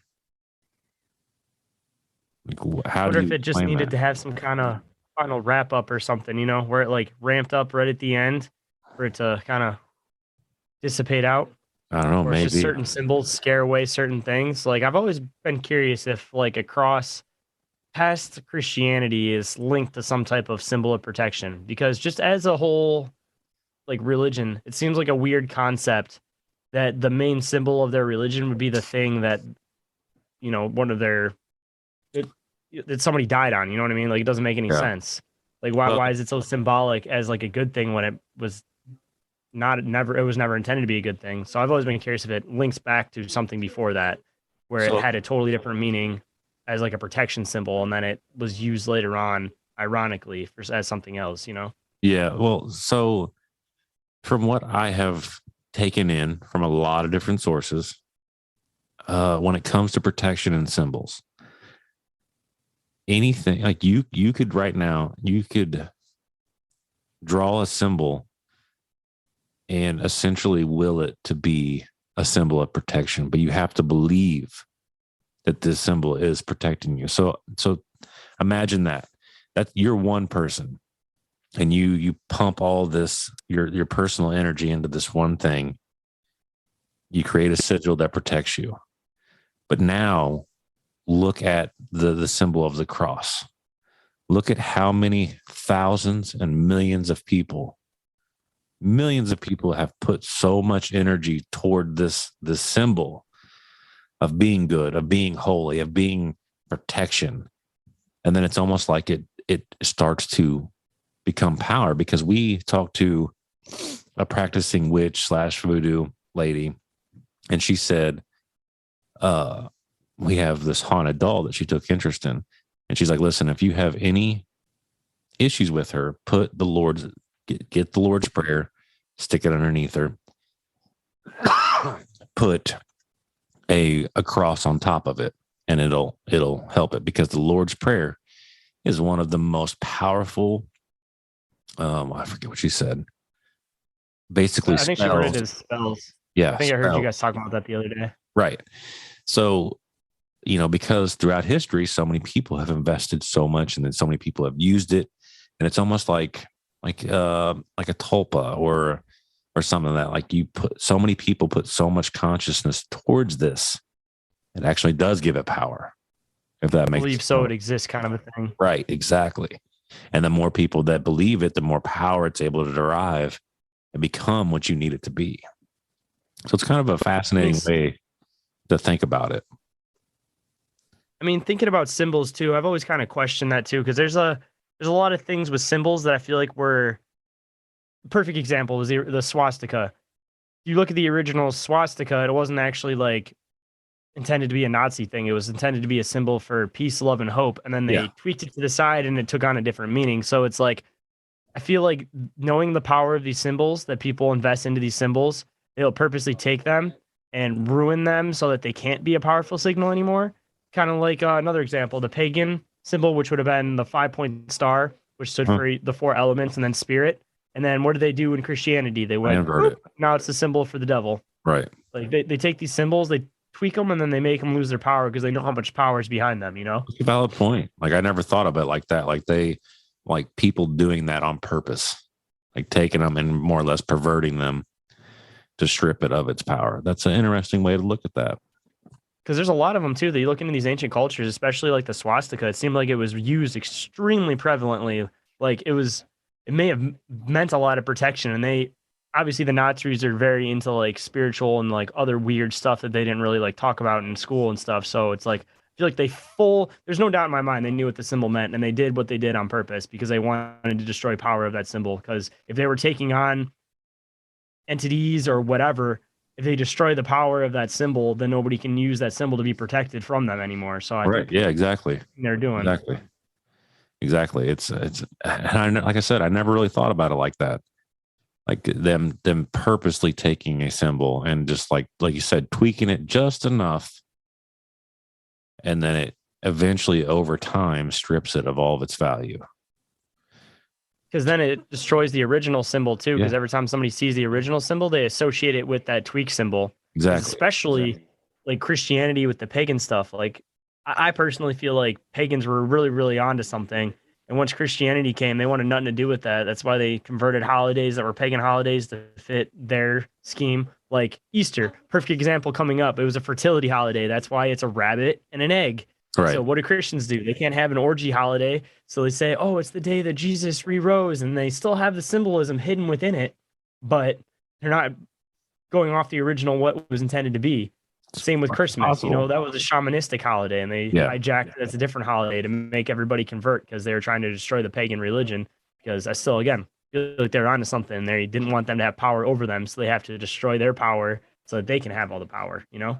So I don't know, man. Destroy like, the whole idea. Wouldn't that be something like, and I'm not saying it is, but like they figured all that out, and then you had one religion fighting to be the most powerful of the power. Like we were talking about how, like, if you can get enough people to believe your said religion, it actually does inevitably become more and more and more and more powerful in reality. Like you're like dumping all that energy toward a symbol does, but imagine on a full religion aspect. And then if you could convert the whole world to your religion, well, then you're basically untouchable. That's always been my thing with the Jesus fish too, is I feel like they purposely took a zodiac sign to try to take power away from it because they knew that there was some kind of significant power to it. That's fucking bizarre. What other association would? I mean, if anybody knows, I'd love to have a conversation with them and hear about it. But like, I'm curious what connection Jesus would have to a fish other than like the ability to walk on water, supposedly, you know. But I've heard of this whole thing about like the age of Aquarius, and I've always been curious if it has its connection to that directly. And it's a hijack symbol, you know. It could. That was a whole other method of thinking. Yeah, like and that would kind of, I'm not a professional, but it kind of would go into the lines of the occult, and I'm not exactly extremely knowledgeable when it comes to the occult. I just kind of more or less put my thoughts and feelings into it. And dude, I would say, because when I've listened to people start to break down like the age of Aquarius and all these different things like that, I feel like that takes a whole nother level of dedication to actually research that, understand that, implement it into your thoughts and your theories. And it becomes like your own specialty on its own. Like, I feel like you almost need somebody to come on to your show that has just researched the fuck out of that stuff. You know what's funny too is actually there's a girl who does my locks who was really, really into that, and she was getting into how we're moving into this new age where it's kind of weird. It makes sense. We're seeing science as a religion, so that's what's the next big phase religion. Because obviously it was like pagan religions, Christianity, and now we're moving into science as a religion. And I firmly believe that too, because like science was one way back in the past. And now we're getting to a point where it's like the masks, for example, or the vaccinations. We're following science as blindly as we followed religion. So it's turning into a whole new thing where it's like all of us conspiracy theorists would back ourselves up saying like, this is what the science is. But now after this COVID stuff, they've exposed themselves as science almost being like a religion where it's like, you can't believe the science anymore. You got to tear shit apart for yourself, you know? Yeah, it's going to be the new religion for everybody. They're going to move away from, believing in God and start believing in putting their soul into a computer. And I feel like that's a whole other trap all on its own. That it's like, again, they know that we're connected to nature, the universe in some way, shape, or form. And the best way to let us not ever be reconnected with it is to get you into this tech age, believing in science, and then say, oh, you can live forever if you put your soul inside this microchip, you know, like Elon Musk is working on. And then theoretically, you never know what's on the other side at that point. Yeah, there's actually a really good TV show about that called Altered Carbon. You ever watch that one? I've had it on my list for a long time, and I've been wanting to watch it. Really, really good. I would highly recommend watching it. I've watched that double season probably 4 or 5 times. Like, I'm a big anime guy too, and I saw there was like an anime variation of it too, so I was going to watch it for that sake too. Yeah, I didn't watch the anime version of it, but the original series, I loved it. I thought it was fantastic. And it's just like that, where you put your essence in a disc and they put it in the base of your spine. And you can They called them sleeves. You can get bodies. They called the body sleeves. You just take your disc, like insert it, elitists or are whatever. already. I feel like elitists are already in that zone, to be honest with you. That wouldn't surprise me because there's human cloning facilities out there now, and I'm sure there always has been. Oh, for sure. I mean, any technology that we're figuring out about now, they've probably already been doing for like 50, 60 years, and it just got to a point where they couldn't hide it anymore because so many people knew about it. Right. Yeah. Yeah. It happened. Because if you think that the Russians, cloning that sheep was the end of a cloning program, you're sadly mistaken. Scientists don't let that shit go. They never will. And especially if they're doing that back in the 90s, like if you just think they do that and stop, like it was just a matter of like, oh, look what we can do because they wanted you to be open to the idea. So it's again just kind of giving you that little feed so that it's not so crazy when you see it later on. Yeah. And then I guarantee they've probably already been working on people for a long time. I mean, they're getting clones everywhere. Some of the stuff for like media, I think, is very fake, but there's a lot of very compelling stories as far as like the clone stories go too. Yeah. I don't even need to hear a story. It's just the fact that, like I said, if you think that it stops with people cloning a sheep or people even if it was just cloning a finger, it's not stopping. They're going to keep going with it. They're going to spin the value of it and be like, dude, it's worth it because we can clone human hearts. That way, if anybody has a heart problem, we can, get them a heart transplant, easy peasy. We can do, all the organs, and then you're going to have giant organ harvesting facilities, all types of just crazy shit. And here's a fucked up thing to think about too. If they were starting to try to make body parts, right? So I probably would get to a point where they just grow a whole human and then just sell it the body parts. But my question is, if they get to that point, would that body just be a living body with no consciousness, or would it be a consciousness? And at that point, would that just be organ harvesting and murder, even if it is a clone because it's a living, breathing, thinking thing? Or like how would that go down? I feel like no matter what step they get to, they're always going to have an excuse on why it's okay and acceptable, Yeah, because you would think that it would be pointless to try to have a brain transplant, because if someone's brain's damaged, then it damages who they are. So that would be the one aspect that they wouldn't necessarily need to clone, unless they have the ability to download your consciousness, which then it just kind of plays into a whole new root system. Because there are people that think that we might one day go where you download your consciousness, and then it gets put into a simulation. That way, essentially, you never die. You just live in a simulation now. I mean, our brains could just be like a processor in a sense, It could be like think of like a computer where your memory is this little chip right here, and you put it in the computer and it makes the rest of it work. But you take it out and none of it works. So the brain could just be like the processor. And if you had this one little specific part you put in, that's the consciousness. So you could reuse a brain in a sense, Yeah, maybe. So the brain's material, so it can't have any type of like solid link to us if we are some kind of consciousness, Yeah, that's beyond my learning capability. I would imagine, but I understand the theory and makes sense. I wouldn't throw that out. See, I just tear apart shit way too much. That's why I was trying to get into your guys' egress things, because I think of all the like weird little questions that nobody normally think about. Like during my day at work, I'll think of like a weird, stupid little question, and by the end of the day, I'll have it split into 300 other questions that was like, this piece goes with this piece, but this piece could be this piece. Yeah, dude, it's a good way of thinking. It really is, especially when you're trying to rip apart some type of mystery like egress. It's a good way to think. Hell, there were other podcasters out there that tried our mashup, tried contacting the Willamette and the Happy Valley and egress, and believe it or not, they got, some of them got contacted by one of the other ones and not egress. So some of them I can't remember if it was Happy Valley or Willamette, but one of those two is still active as well. What can you reiterate on those ones? I haven't listened to the You Guys Back podcast yet. I didn't get really a chance to today, but I want to know about these other two. It's essentially the same thing. Like I think the other two were more focused on dream surveys, if I remember correctly.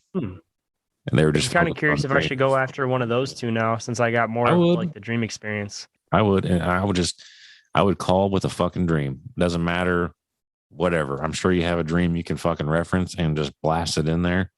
And because they did the same thing, You guys have the numbers? I don't, but I think Steve still does.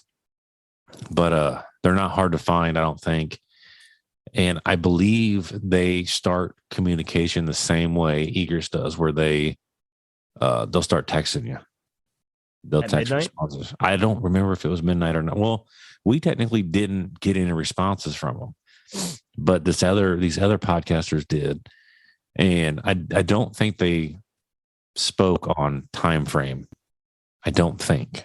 Could be wrong, but they definitely went through text message as well. But Steve asked Egress if they were connected to them, and Egress said no. In no way, shape, or form are we connected with them. That's why I kind of wonder more if it's like a company now rather than like a necessarily like government thing. But like, I mean, that's not saying much, I guess, because if it's owned by an elitist, it could be above government in a sense, but not be linked to government at all. So it's like not saying that it's not government included doesn't mean that it's not couldn't be more powerful than we think it is, you know? Oh yeah, for sure. For sure. It's a mystery in itself, man. It's going to be one that we probably beat our heads off the wall for a minute. And these shadow organizations, like they're so prevalent, I feel like that they open and close extremely fast because they try to like put their feelers out. And then as soon as they get their feelers out, then they pretend like it closes down and then they start up the real project, you know, Yeah. like all like the MK Ultra type stuff. Like they kind of half put it out on purpose just to try to get more people involved. And as soon as people knew about it, they shut it down and said they stopped. But you know, that's when they really kicked it into gear because they got the information they needed. Like they play that shit out on purpose. I'm wondering if it's the same with this Egress situation that they were getting their feelers out. They're purposely doing it so that the ball would drop. The ball would dropped. They got everything they needed, and then they started their new name so that now they can't be tracked again. 100% possible, and the government's notorious for it. Well, they will say we'll just pretend the army has it, and the army calls it Egress, and then they'll close it, and then they'll transfer it over to the CIA. Well, the CIA will rename it, but now it's under the CIA. So it may essentially, even if you were on to the army one, well, then they just hand it off, which makes it harder to track its movements. And then they change the program name. They've handed it off to a different agency. So it just creates almost an impossible spider web to continue to follow. What you were saying, you know, I have another thing we could try to start to follow too. Is you said the meaning of egress means to exit. That's what I was looking up to. I wonder if we could look for, like, basically look for other words for the same words and see if anything pops up. You know what I'm saying? Like exit company, or just an example. You know what I mean? Right. Just try different phrasings of the same word and see if you get any kind of pings. And if you do, if they happen to be in these three particular areas we've been looking into, maybe it'd be another thing we could chase after. Oh yeah, absolutely. And I feel like they would do stuff like that on purpose to try to still kind of lure some people in that were smart enough to like trail after that stuff. Yeah, connect the dots. Yep. Dude, it's fucking possible. It's possible. Like, I feel like at this point, like the net is so wide, you have to just start shooting at stuff, because it's the just thing that sucks too is that the water's tainted as far as like all these like the story's getting so big now that there's a lot of podcasters that are involved that were, you know, fame chasers, so to speak. Yeah. That would like dilute the waters, unfortunately, you know? Yeah, it's possible. Like, there could be a lot of solid, good interactions like that blue curtain in the woods type thing, but because of other people that have just made shit up, it almost makes you question like solid information also, you know? Yeah. And I think that I feel like the only way to do it is just to try to sift through all of it. If you're going to really go after it, you know, you're going to have to run down almost every avenue you find. I'm still really curious about the sheet in the woods. That's the thing that, like, you know, catches my most attention. I just feel like there's something like hidden in the woods behind in plain sight. That's kind of how I took that, you know? Could be. It could be. hidden behind like a hologram, so to speak, you know? Like I'm almost curious to check into that area and see if there's just like a weird random field in the middle of the woods, like like some type of like cloaking device, you Yeah, know? it could be, man. It could be like, I've thought about trying to like sift through, but I don't know how to do it, but like sift through like old occult style books and knowledge to see if any of that references this blue curtain or whatever the fuck it is. Because I feel like it would Have you be heard about Speechify? uh Say there's a couple programs you can do where you can pretty much like upload books and you can like search particular words and stuff. Maybe you could yeah, like do something like that. Because if you find maybe, like a PDF of like one of these old books, upload it onto that and then like word specific search. And then, you can kind of yeah, skim through a 1,000-page book without having to actually look at it. all right, yeah, that would be a good a good way of going about it because it would take forever. You'd stumble across it by sheer coincidence, really. Kind of curious if it's a Crowley thing. Like, I wonder if he makes any references to sheets, even if it's a different color, like a black sheet or something like that. Maybe. At this, that would be weird if it was, or if he specifically used the blue curtain reference. That would be And then really the other cool. thing I'd look into too is like Jack Parsons, maybe, because he had a lot of interest in him too. Maybe he had some kind of reference. Like, I'm almost curious if, they referenced other people that were kind of into that same kind of following, you know? Could have. Fuck, I don't know, man. I don't know. It's a lot. It's a lot to try to sift through. That's for sure. Saying there's endless trails you could chase that it's almost like you have all these ideas, but you don't want to go too far down that hole because you don't want to waste the time. But at the same time, that might also be the rabbit hole you're supposed to go down, you know? I know. I know. Like it's just it's so hard to like explain to people like how like fucking frustrating it can be trying to chase it, especially when there's no more leads. There's nothing that's at least there's nothing that's presenting itself to us. I've been staring at aerial maps literally just so I can. I've been hoping to try to give you guys something, but like I said, I'm not gonna give you some bullshit. But like I've been just fascinated all day. I've had it up on my Google Earth, just looking at that 6 mile city, just slowly scanning, looking for anything weird. Like there's got to be something weird, Yeah, there could or even be. in Milwaukee, you know. Yeah, that could be, man. And now I want to look into this Texas location. Now that we're starting to make connections with Texas, like Right.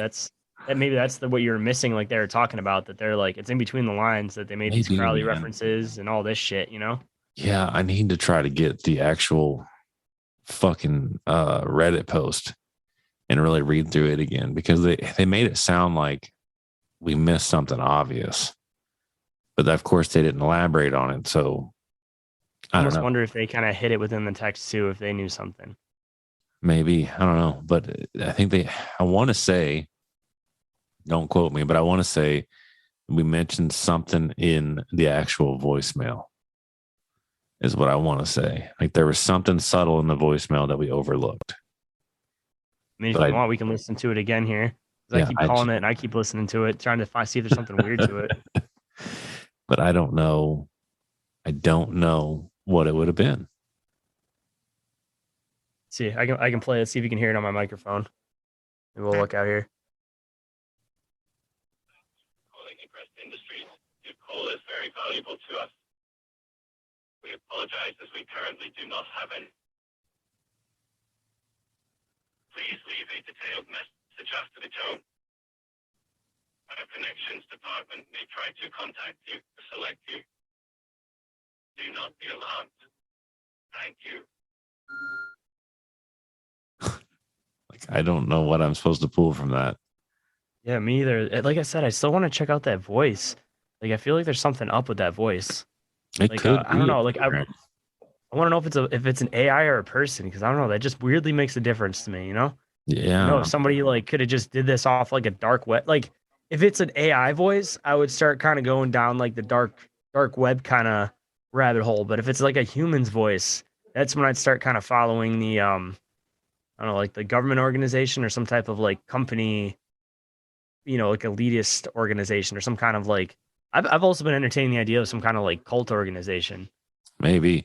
Did you, I wonder what I'll have to look through the emails and see what file Steve sent you, because the voicemail has changed too. And He but didn't send me any solid things from. He sent me the picture of the original flyer, and then he sent me like a screenshot of like the area where they said the phone call was coming from.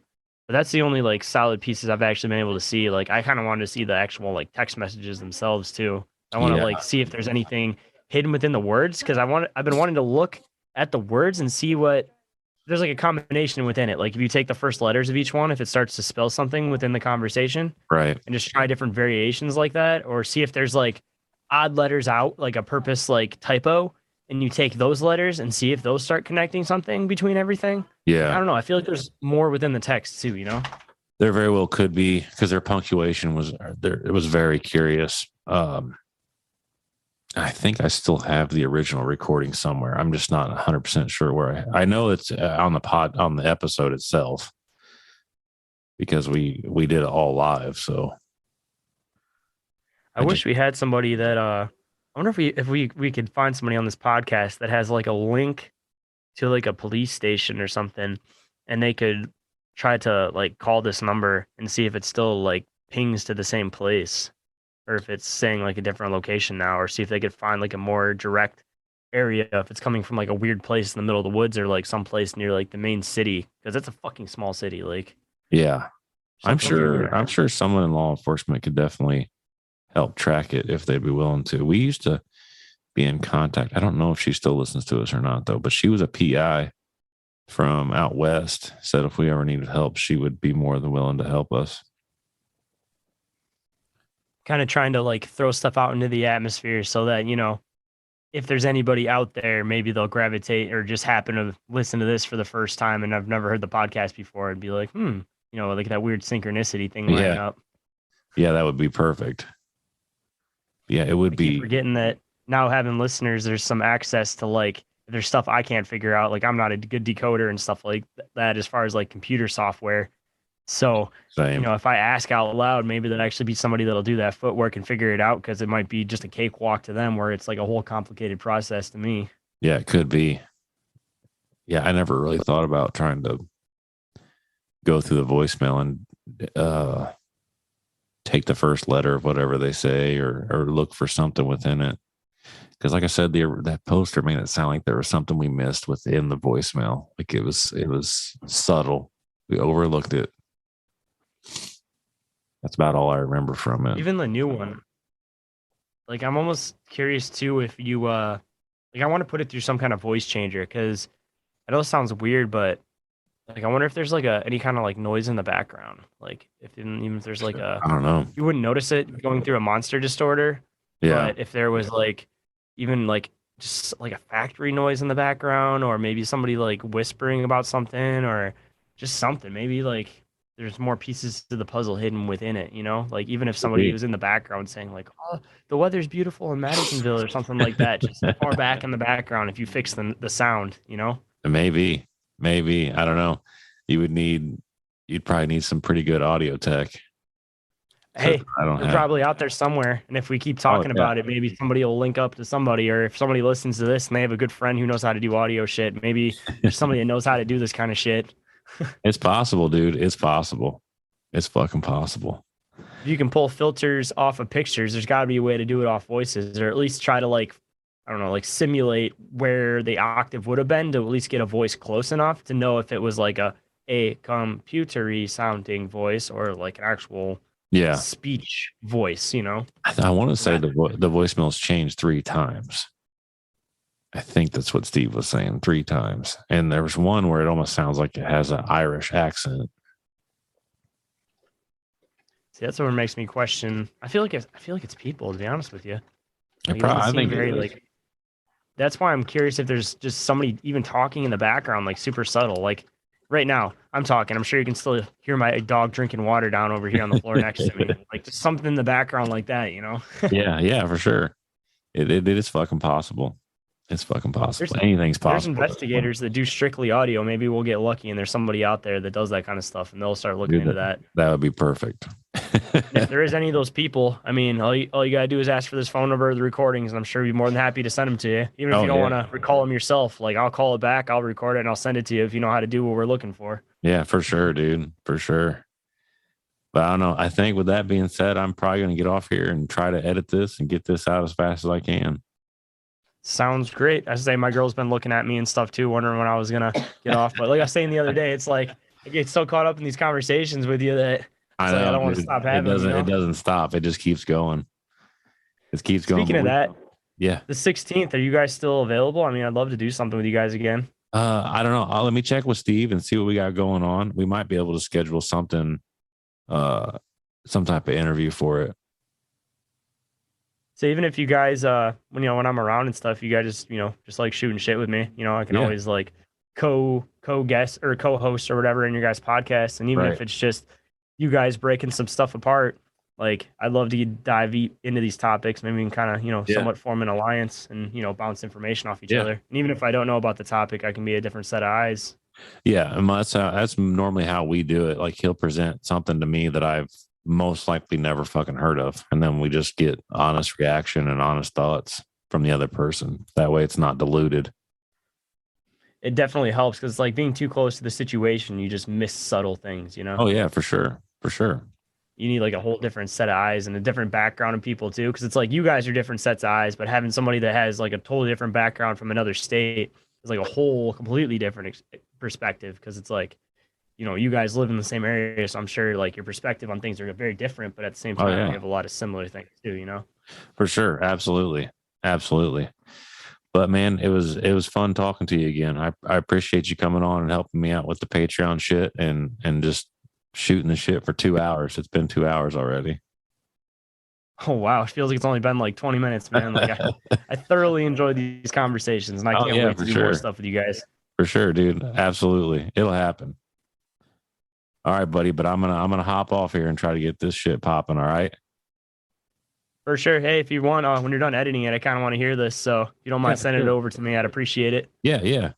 If you want to, real quick, plug where everybody can find you. All right, let me look it up. I purposely brought this up on my phone so I'd have it when you asked me this. I knew this was going to come up. I got it. Here it is. I got to look up my my podcast on Spotify here. Go to my description. Okay, so if anybody wants to contact me to possibly be on the show, has any crazy stories or anything they want to talk about or any topics, you can email me at inquiriesofourrealitypodcast@outlook.com. If you want to donate to me, so maybe I can start investigating things full time instead of having, a day job where I got to be a slave to the system like we were saying. It's going to be Inquiries of Our Reality Podcast on Patreon. Instagram, it's going to be Inquiries of Our Reality. And as far as Facebook goes, it's Inquiries of Our Reality Podcast. So I got kind of a back and forth. And then if you want to listen to me, I should be available on basically any streaming platform. So awesome. Hop on over and check me out. And I'd appreciate any views, any listens, any reviews, good or bad. I still appreciate the criticism just so I know how to, learn new stuff in this as far as this community goes. Absolutely, dude. It's just a learning curve. But all right, dude. And having great friends like you along the way, and the couple podcasters I've talked to has been a great help too, as far as getting comfortable talking on the microphone. Because I heard myself on Marks and I kept repeating a lot of the same phrases. So it happens. I get made fun of for it all the time. It's whatever. Don't even worry about it. It's part of normal speech. I think that's what it is. You're used to hearing these professional radio personalities and they catch these things and they know it. But at the end of the day, everybody says, we're just normal people here doing a podcast trying to get some Absolutely, dude. But like I said, it was good talking to you, dude. I appreciate you coming on and we'll have to do this again soon. Oh, for sure. Thanks again, man. No Love problem, being on buddy. again. All right. I'll talk at you later. For sure, man. Talk to you later. Bye.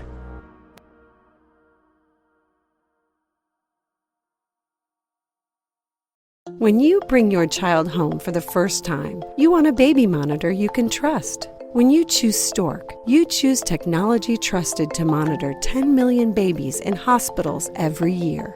Stork continuously tracks your baby's pulse rate, oxygen saturation, and temperature. Visit MassimoStork.com to learn more. Stork, a revolutionary baby monitor, is born. Stork is not a medical device. Read and understand all product labeling. Massimo data on file.